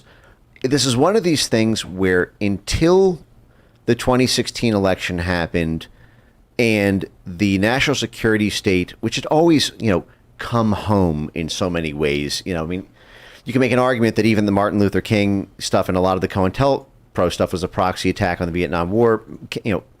The FBI only got the counterintelligence predicate on him because of him being backed by Stanley Levison, who was said to be a sort of communist Soviet, and you had DOD and CIA involvement in that FBI activity as well. There was always sort of a crackdown on this, but what they've done in the modern era has actually shook my. I used to think that we've got this Department of Dirty Tricks, that we started to set up after World War II. 1947 Act, we create the CIA. We change the name of the War Department to the Defense Department to make it sound like we're not doing war. We create this entire NGO swarm army. We create these incredible embeddings between the national security state and the media, a soft power projection apparatus that could effectively control the political economies of any country we capacity build. But there was always sort of a sense, well, it's for the benefit of the people who live here. The bigger the American empire gets, the better off Americans are. More jobs are, if Chevron does well, that's more people who's got jobs in Texas and in Oklahoma. If Pepsi Cola does well, that's more for shipping or There was at one point there was a connective tissue between the people who live here and the empire abroad, and at some point, pick your evolution point in globalization. Whether that was, in the 70s, whether that was in the 90s when the offshoring really hit the hay, and China joined the WTO and cheap labor. There were so many different points of departure from that, but now it's almost completely removed. And there's no better example than than what's happening with the Biden family in Ukraine. I mean, it is like a State Department operation to help a very small number of economic stakeholders. And I'm not even making a formal opinion on this. I understand both sides of the Ukraine-Russia thing. That's not my bag, so to speak. I just care about freedom on the internet. But in order to understand why it is that you get censored for talking about Ukraine stuff, or political movements who are proxies for that get censored, is because you now have a State Department vested interest in censoring U.S. American voices. Because if they get a Matt Gaetz in as Speaker, or if they get a sufficient enough caucus in the House Appropriations Committee to be able to kill funding, then there goes the war effort. Then there goes the ability for Burisma to monetize the shale in the eastern region, or Chevron, Halliburton, Shell, and Exxon, which all have billion-dollar gas contracts with the Ukrainian government. All of that goes away if American people have sovereign capacities to think for themselves and decide with those free thoughts to enact to have political representation that votes for that. So there's no, after Smith-Mundt was modernized, and after there's been no oversight, there's no Justice Department pushback. We're now in a brave new world where it's the State Department's world, and we're living in it. Very well said. I like how you said stakeholders at the State Department, because they're supposed to be representing the American people, and they're clearly not. Are you familiar with John Perkins and Confessions of an Economic Hitman? Of course. And 1 to 10, how accurate is it? Well, this is one of these things. My responsibility was cyber. I wasn't in control of like a regional desk. I didn't do like CEE or MENA or Middle East, North Africa. I was focused on internet. But the fact is what's reflected in there. There's actually almost no better example of the validity of the John Perkins sort of theory of the world than a little operation known as the Integrity Initiative, which was a busted British intelligence operation starring folks like Ann Applebaum, Nina Jankovic, Bill Browder, Ben Nimmo, all these people who became the captains of censorship of the American internet, who had these links to British intelligence, and were also, many of them were board members, several of them, on the National Endowment for Democracy, which is one of the country's oldest CIA cutouts. They embarked in a basically internet censorship campaign in the name of stopping Russian propaganda after the Crimea annexation in 2014, and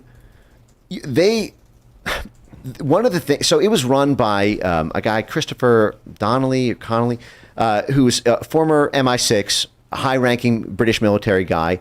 And one of the internal documents and videos that came out in the leaks was countering the talking points related to the John Perkins sort of acolytes, that actually the British state was doing this according to a very predictable playbook. But the fact is you had this; these weren't like random, activists or college professors saying this. These were former super heavyweight apex predators of the national security state, plotting operations to stop the populace from believing a theory in a book that makes them look bad. I mean, this is organized political warfare turned domestically. And anytime I see that, I trust the target of that far more than the prosecutor. Yes. Should we go to Super Chats? Because it's already 9:35. Nobody wanted to add to that? I do, but I think we're past Super Chats as well. We are. But I just assumed you were going to jump in. All right, let's go to Super Chats. If you haven't already, would you kindly smash that like button, subscribe to this channel, share the show with your friends, and head over to timcast.com. Click Join Us. Become a member, because we're going to have that uncensored members-only show coming up for you at about 10 p.m., so in about 25 minutes. And going to be a spicy one tonight. More information about that unfortunate incident in New York and the political persuasions of the individuals who were victimized, and a lot to be said. All right, Clint Torres says, howdy, people. Howdy, Clint. Thanks for the super chat. I'm not your buddy guy. Oh, he was number 2 today, not number 1. Says, I miss when I thought intel officers were like James Bond thwarting megalomaniacs, when in reality, sadly, they would be helping those megalomaniacs. Yeah. When you watch those movies and there's like a super villain twirling his mustache, did you actually look? DC Comics understood this. right? You watch James Bond and you're like, these industrialists turn out to be evil. It's like, yeah. And in DC, Lex Luthor ran for president because the supervillain understood political power, and as a way, evil people seek power, and they're going to seek it through legitimate means and then be evil once they get it and doing illegitimate things. Yeah, and then especially when you have a really corrupt system, you actually start to select for the most evil possible people. You kind of discussed this earlier when you were speaking about the tyrannical regimes. We saw earlier in the 20th century, or I should say later in the 20th century or mid-20th century, where people end up having to become more selfish in order to survive. I think the way the political system actually works today is not only do more corrupt people seek power, but we actually incentivize corruption because it's the best way to get ahead. Here's a really good one. Fatty Tang says, I know you're not a fan of the death penalty. That's an understatement. I oppose the death penalty. Do you think criminals, if ruled of sound mind, should have the choice of life in prison or death? That's it's a very well-crafted question. And, I'd lean towards yes. I would. But I actually think exile would have to be an option there as well. So it used to be back in the day.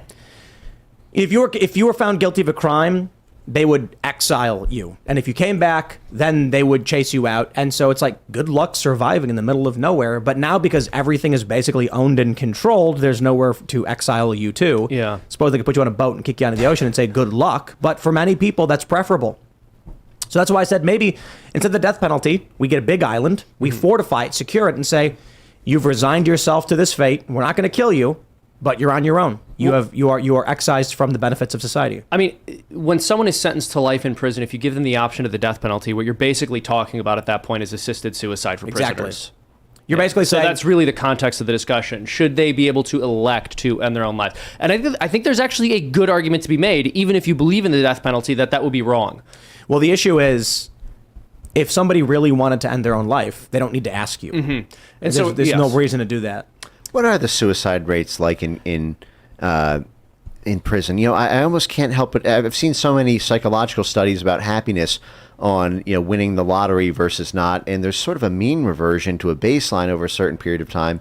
And I just in my mind I can't place it particularly, but I sort of have a weird vision of people who've talked on tape about being in the can for 35 years and they don't necessarily look happy or sadder than. I wonder, is suicide in prison even?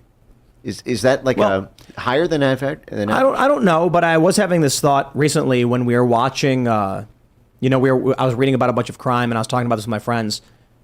For what reason did the founding fathers decide that we could not have cruel and unusual punishment?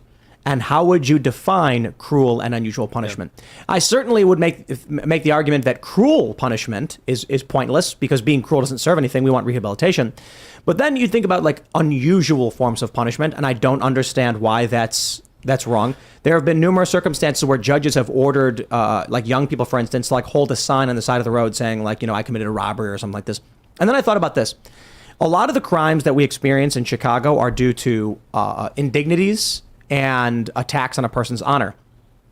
A lot of people think it's gang related. It's not. The shootings in Chicago, a lot of them are like a dude would go on social media and say, this dude's a weak loser, what a pathetic, whiny little bitch, et cetera, et cetera. So the other guy would be like, I'll show him, and they'd go shoot him up. Then the police are like, you shot him up, now you're going to prison, which proves that he was strong and hard the whole time. So here's the problem.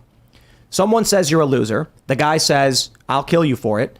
Then he gets arrested and goes to prison where he just looks hard to his peers. And if they are in gangs, they're in prison with their gangs still operating. And again, I want to say I'm not advocating for this, but I do have a question. When thinking about these things and these petty crimes, you look at these kids who are, let's say kids, but like teenagers and young adults who are ransacking and rioting. What if the punishment for mass looting was to be spanked in public while wearing a diaper? If you're convicted and found guilty, they bring you out in public and they give you a spanking and then you're free to go. I'm not saying we should do that, but I genuinely believe that would stop a large portion of the crime dead in its tracks. Tim wants Running Man. Thunderdome. I don't know about Thunderdome. I'm just saying like the idea of facing an indignity in front of your peers is more terrifying than being locked up with your peers where you work with and harden yourself. Jails and prisons where there's gangs operating and selling drugs as it is and still doing their illegal activities. In the minds of many of the people that I knew in Chicago, it was just like they would say things like, when I go to jail, I'm gonna, in the kids in the South Side were like, resigned themselves to assume they would be in jail at some point, and it was totally fine. It was considered normal, and they didn't fear it or hate it at all. Right. But the idea that they would be stripped of their dignity in public terrified them to the point where a lot of these kids in Chicago kill over someone besmirching their name. And I was like, I'm not saying this is a literal plan. I'm saying, I tell you what, if you take one of these guys, put him in a diaper and give him a spanking, they like, everyone else would be like, dude, I'm not, keep me away from that, because they're terrified of all the other people they know and all the girls seeing them in this weakened, pathetic position where they're mocked and made fun of. That is more terrifying. I wonder how much of unusual has to do with like I think about mandatory prison sentencing, which is one of these things which constantly is volleyballing back between we should have it, we shouldn't have it, we should have it, we shouldn't. Should there be mandatory sentences? Should judges have discretion? And part of that is like, if there's unusual on the table, you don't really have clear expectations of what the punishment for a crime is going to be. And you could see there being you could see justice being sort of highly discretionary if there's kind of the leeway to do things that are. I always take unusual to be in the sense of predictable rather than creative. But I honestly think sentencing people to jobs would be more healing to a nation than jail or prison, where these just perpetuate the criminal activities in a lot of ways. Gangs still operate. And in many ways, someone who's on like a minor offense who goes to jail actually just gets hardened by by career criminals who have been in and out of jail a ton of times. If people were sentenced to, you have to go work construction and show up like, here's your sentence, you're going to be cleaning, and we do with community service and stuff like this. But I think longer term sentences of like, you are sentenced to 5 years of working at, a construction firm or whatever under supervision with an ankle bracelet would be more effective than we're going to lock you in a box and spend money on your life. Yeah, and also I think the other point you made was super salient too, which was like, it's not just they get hardened, they get networked. Like right. Prisons are gang systems. You get plugged into your gang, and now even if you weren't in one before, imagine that's your team now. These kids who are looting and ransacking all over the country, these kids and these young adults, they know their worst case scenario is they're going to scream racist, like that woman at Walmart. We saw that viral video. Or they're going to get locked up or pay a fine. But I tell you, man, I'm just saying, you take a 16, 17-year-old who thinks he's a badass and he robbed, he looted some store, and then you bring him out in public and say, okay, you're going to get a spanking, and not to injure, to humiliate.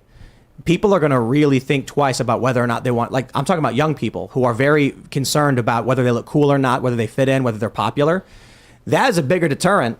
I don't think, again, I'm not literally saying you do that. I'm saying the idea of a public humiliation is a stronger disincentive or whatever, disincentivization than saying we're going to put you with the rest of your gang in a box where you'll continue working. Or bring back the Coliseum, and if gang members want to fight, let them fight, and let's get rid of the rule of law. And if they want to fight, let them fight, and let people defend themselves as well. And then we have less government. This is another big issue too. It used to be that dueling was allowed, and I think Oregon still has mutual combat on the books. That if two people agree to fight, right, you get it's called mutual combat. So we used to have dueling, and then you look at like Hamilton and Burr, like the famous duel. And I was reading about how dueling ceased, and it was because younger generations were more progressive and said, this is barbaric. Why are people dueling each other? We should make it illegal. And now what you have is rampant gun violence on the streets of Chicago. But if dueling were still legal, and they want to do safe injection sites where they're like, we should allow people to do drugs, but in a safe place. Okay, the people in Chicago who are trying to shoot each other, why don't we give them a safe place to duel?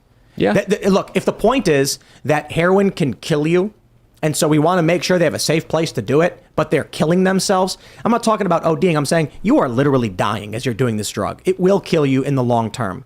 Then why would they not be advocating for dueling coliseums like Luke was bringing up? Okay, this guy's honor was besmirched. They used to duel back in the day. What, you want to bring back safe dueling zones so that people are... Hey, if the problem is little kids are getting shot in the crossfire, a pregnant woman just got shot in a crossfire, then why don't you just bring back coliseums, safe dueling sites so that we can protect the public from people who are engaging in duels? Exactly. You have a beef, you have an issue with someone, figure it out. in a private area where there's no government, total lawlessness. Seamus, I'm personally inviting you to a duel of ideas. It's a duel-free zone. Duel-free zone. Battle of ideas. No. You get a duel with pillows. With my pillows. It'd be funny if it turns out like my pillow is somehow just like very, very, 10 times more dangerous than your average pillow in a pillow fight. And then someone just starts destroying everybody in a pillow fight, sending people flying. This guy would put bricks in it. I don't trust him. Well, okay, let's read some more. That was a good super chat, by the way. Let's read some more. All right, Raymond G. Stanley Jr. says, seeing big names cry about Gaetz, saying he's not a real conservative, makes me want to let them conserve themselves to being a speed bump. Republicans only stand a chance because of us. Life's tough. Get a helmet. Yeah, McCarthy. I'll say it again. McCarthy cutting a deal with Democrats means there is a Democrat majority in the House. That's it. 2022 is meaningless. If there is a slim majority and the Republicans are like, with our slim majority, we want to exercise it in this way, and McCarthy's like, nah, we're just going to give Democrats what they want, then what was the point of voting for Republicans? You got to vote in more MAGA type, anti-establishment types, et cetera, et cetera. We will grab some more super chats. Where are we at? What do we have here? Pony Up says, Myron and Fresh from Fresh and Fit said they would be there too. Can you confirm that, Tim? Yes. Among the many people who will be special guests at the event on Friday, in some capacity, I don't know exactly how, Fresh and Fit, they're here in Miami, and they will be attending, and in some way, we'll be working with them for the event. We have a lot of people who are going to be there. Originally James O'Keefe was going to be there. And then when Don Jr. had to pull out, we were like, James, you want to just jump on the roster and be one of the, principal guests? And he said, yes. But there's a lot of people who are going to be there. Notably, like Ashley St. Clair will be there. And Phil Labonte will be there. Obviously, he's on the show. So he'll be there in some capacity. There's a handful of other people. We reached out to Viva. He's going to be there. He is going to be there. Yep, he confirmed. Yeah. So it's basically just, a ton of people are going to be there in some way, and it's going to be fun. We're interacting. So, y'all who are in the Miami area or nearby, we'll see you there. It's going to be fun. And then if you're an elite member at timcast.com, that means you are signed up at the $100 per month level. There's an elite member meetup where we're having dinner. We're going to be having a dinner in a secret location and hanging out, and it's going to be really, really fun. Yep, Seamus is going to be the butler, and he's going to be providing everyone for things. So this is offensive. It's going to be a good deal. It's going to be awesome. Thanks, Absolutely. Seamus. That is actual false advertising. You're lying to you're Tim's going to be audience. serving everyone, you're lying to Tim's audience. Food. It's okay. It's fine. This is the kind of credible Listen, you reporting had you you had to figure out a way to get here. This is how you did it. And it's totally okay. It's totally fine.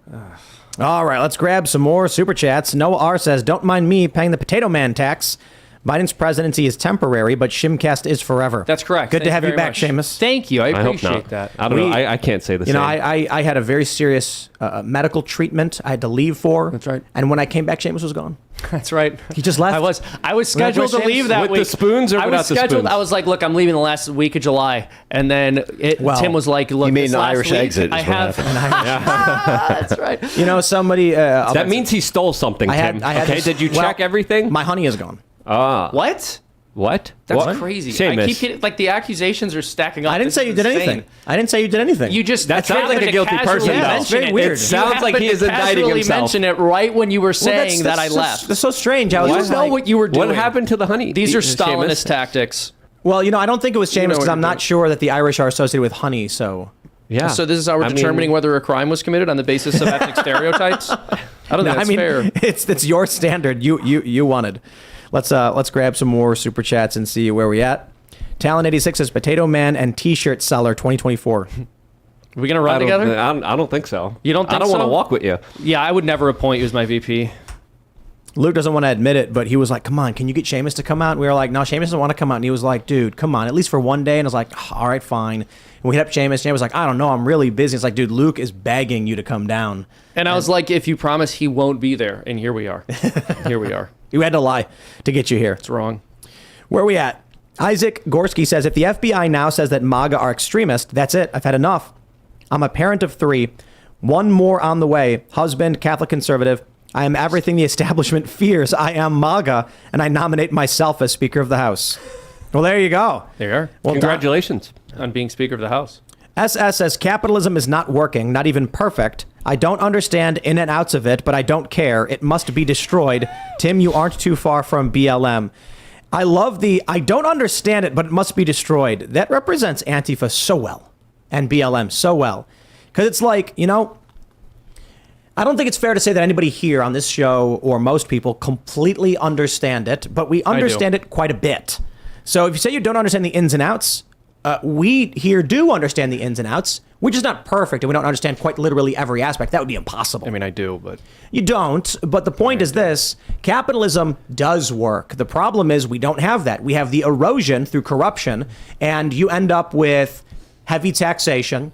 You end up with the seizure of control of property rights, and you end up with the centralization of power because the government gives preferential treatment to certain companies, which then amass massive power, and then revolving door between government, and they create some kind of corporatocracy oligopoly. That's not capitalism. Capitalism is simple. Dude invents light bulb. Dude gets rich from light bulb. Everybody has light in their houses. One of the problems of capitalism, because capitalism is not perfect, is, say, planned obsolescence. You can make a light bulb that lasts forever. Instead, they make a light bulb that burns out, so you got to buy more of them. That's not a good thing, okay? But that doesn't mean that it's not working or that it must be destroyed. Quite the opposite. Capitalism is simply defined as the private transfer, the private ownership and transfer of goods and labor, whereas communism is determined as the public or government ownership of goods and labor, which basically means you have no rights, you will own nothing, and you're not going to be happy. And if you tell anyone you're not happy, they're going to throw you in a gulag. But in a real free market, there would be someone who would say, yeah, I'm going to have a light bulb that's going to last forever, and I'm going to sell it to you because there's an opportunity there. So we don't have that. We have government mandated light bulbs that are really bad for you.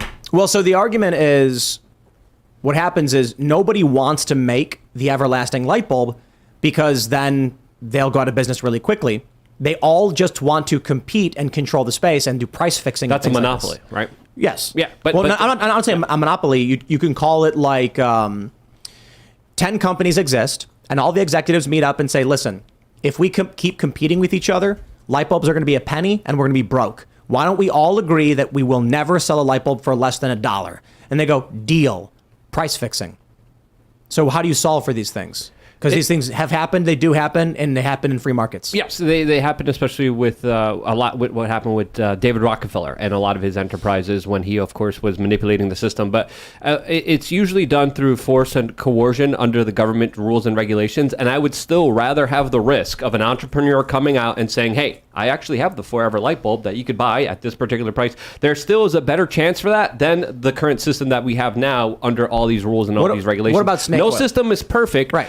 But the best system, I think, is a free system. And I think the snake oil argument is, of course, just one of many arguments of the imperfectness of everything. But the biggest system that does the most damage, harms the most people, is usually a more centralized government system. And so the question is, to have a free market, would you be okay with snake oil salesmen and products of such? I think we already have that. It's called the Trump scene. The what? The Trump scene. Okay. You have people who go into malls and they sell balance bracelets, which don't actually do anything. And we already have that, yeah. And the FTC issues a fine, and then the company pays the fine, but made more money in profits from the fake product anyway. So it's like they'll sell $20 million in garbage, pay a $5 million fine, company dissolves, they reform a new company, and they sell this garbage again. That stuff already exists, right? I'm not saying that government is solving for the problem. I'm saying that in a true free market, this will just persist. People will say, like, buy my magic rock. Yeah, I just want to mention, and that's I had a guy try to sell me one of those years ago.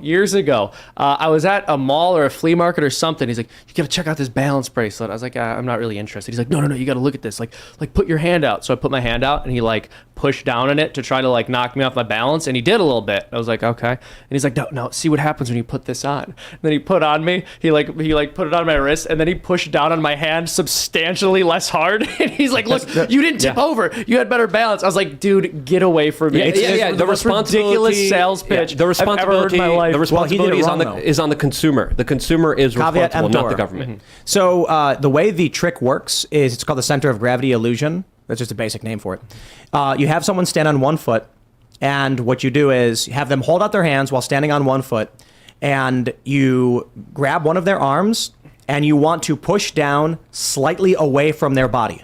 They'll fall over. You then put the magic object in their hand, have them stand on one foot, put their arms out. But this time, you push down and slightly into in the direction of their body by only a tiny bit. You're pushing into their center of gravity so they don't fall over. And then you go, look at this. Now, and you can actually push down pretty hard on someone if you're pushing into their center of gravity and the average person falls for the trick. It's an illusion like, whoa, what happened? Not realizing you adjusted the angle of force, so now they're not tripping. They use that trick, and the thing is, all these sales guys are taught. Here's how you trick people into buying garbage rubber bands. Then the FTC comes in and says, you got to pay, $5-10 million fine. They go, we made $30 million already. And then they relaunch with some other garbage. Wait until you find out what Big Pharma is doing. Oh, I know. All right, let's grab some more super chats.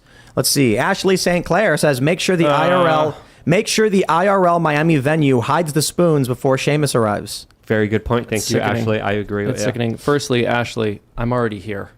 All right. I've been here. Where are you? Nowhere around. Tim's like, I'll bring her around for the Friday event for whatever reason, kind of a participation trophy. I think he felt a little bit bad for you.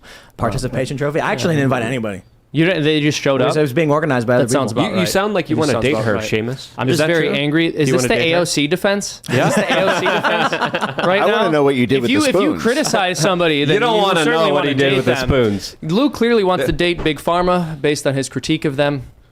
All right, CTI says, hey, y'all, please keep my wife in your prayers as she has to put her childhood cat down on Friday. Sorry to hear, man. a rough one. We'll keep her in our prayers. David Scott says, the FBI has signaled either the end of the FBI or the end of the U.S. The ATF just warned Texas FFLs about cartels buying 50 cals. No, they're tracking you. Wow. 50 cals, huh? Well, if what was it? What government agency was tracking the government purchases? What?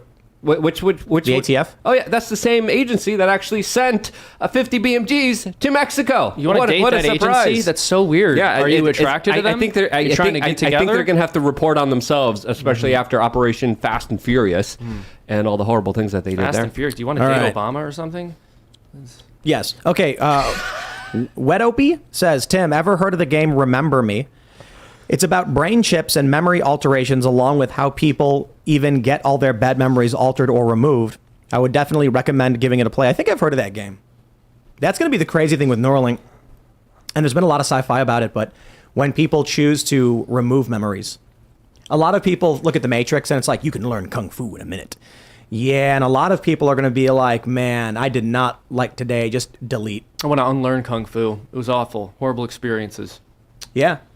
That's I mean, 'cause it's you got Eternal your butt- Sunshine of the that's 'cause Spotless you got your Mind. butt kicked. No, But also you can't download Kung Fu. That's the stupidest thing I've ever heard. what? It requires muscle memory and your muscles to be developed. You can't just know in your brain how You to do wouldn't it. steal a Kung Fu. Don't illegally download. Yeah. I think that You wouldn't steal quantum physics. everyone wants to figure out ways to, do things through taking a shortcut.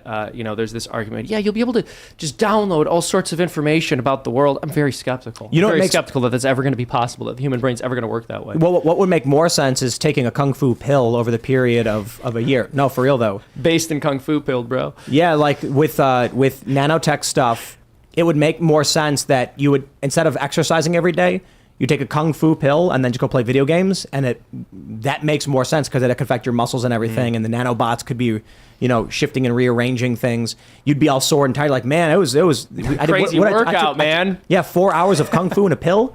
Crazy stuff. All right, everybody, if you haven't already, would you kindly smash that like button, subscribe to this channel, share the show if you really do like it, and head over to timcast.com because the uncensored show is coming up in a couple minutes. You can follow the show at Timcast IRL. You can follow me personally at Timcast. Mike, do you want to shout anything out? Yeah, follow the work that my foundation does at Foundation for Freedom Online, and I'm on Twitter at Mike Benz Cyber.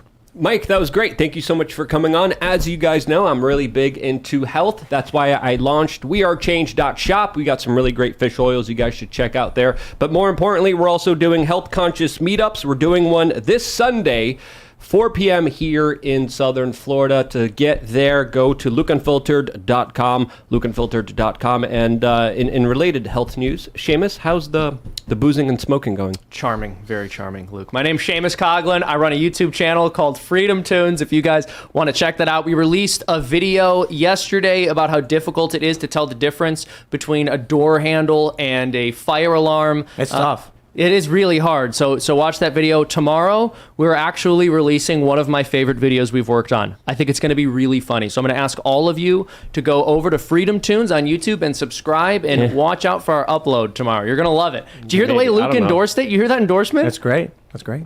Serge? Luke doesn't like it. It's good. Yeah, I'm just hanging out over here. I'm ready for this after show. I'm Serge.com on the internet, on Twix or whatever. Yeah, let's get to it. All right, everybody. We will see you all over at timcast.com in a couple minutes. Thanks for hanging out.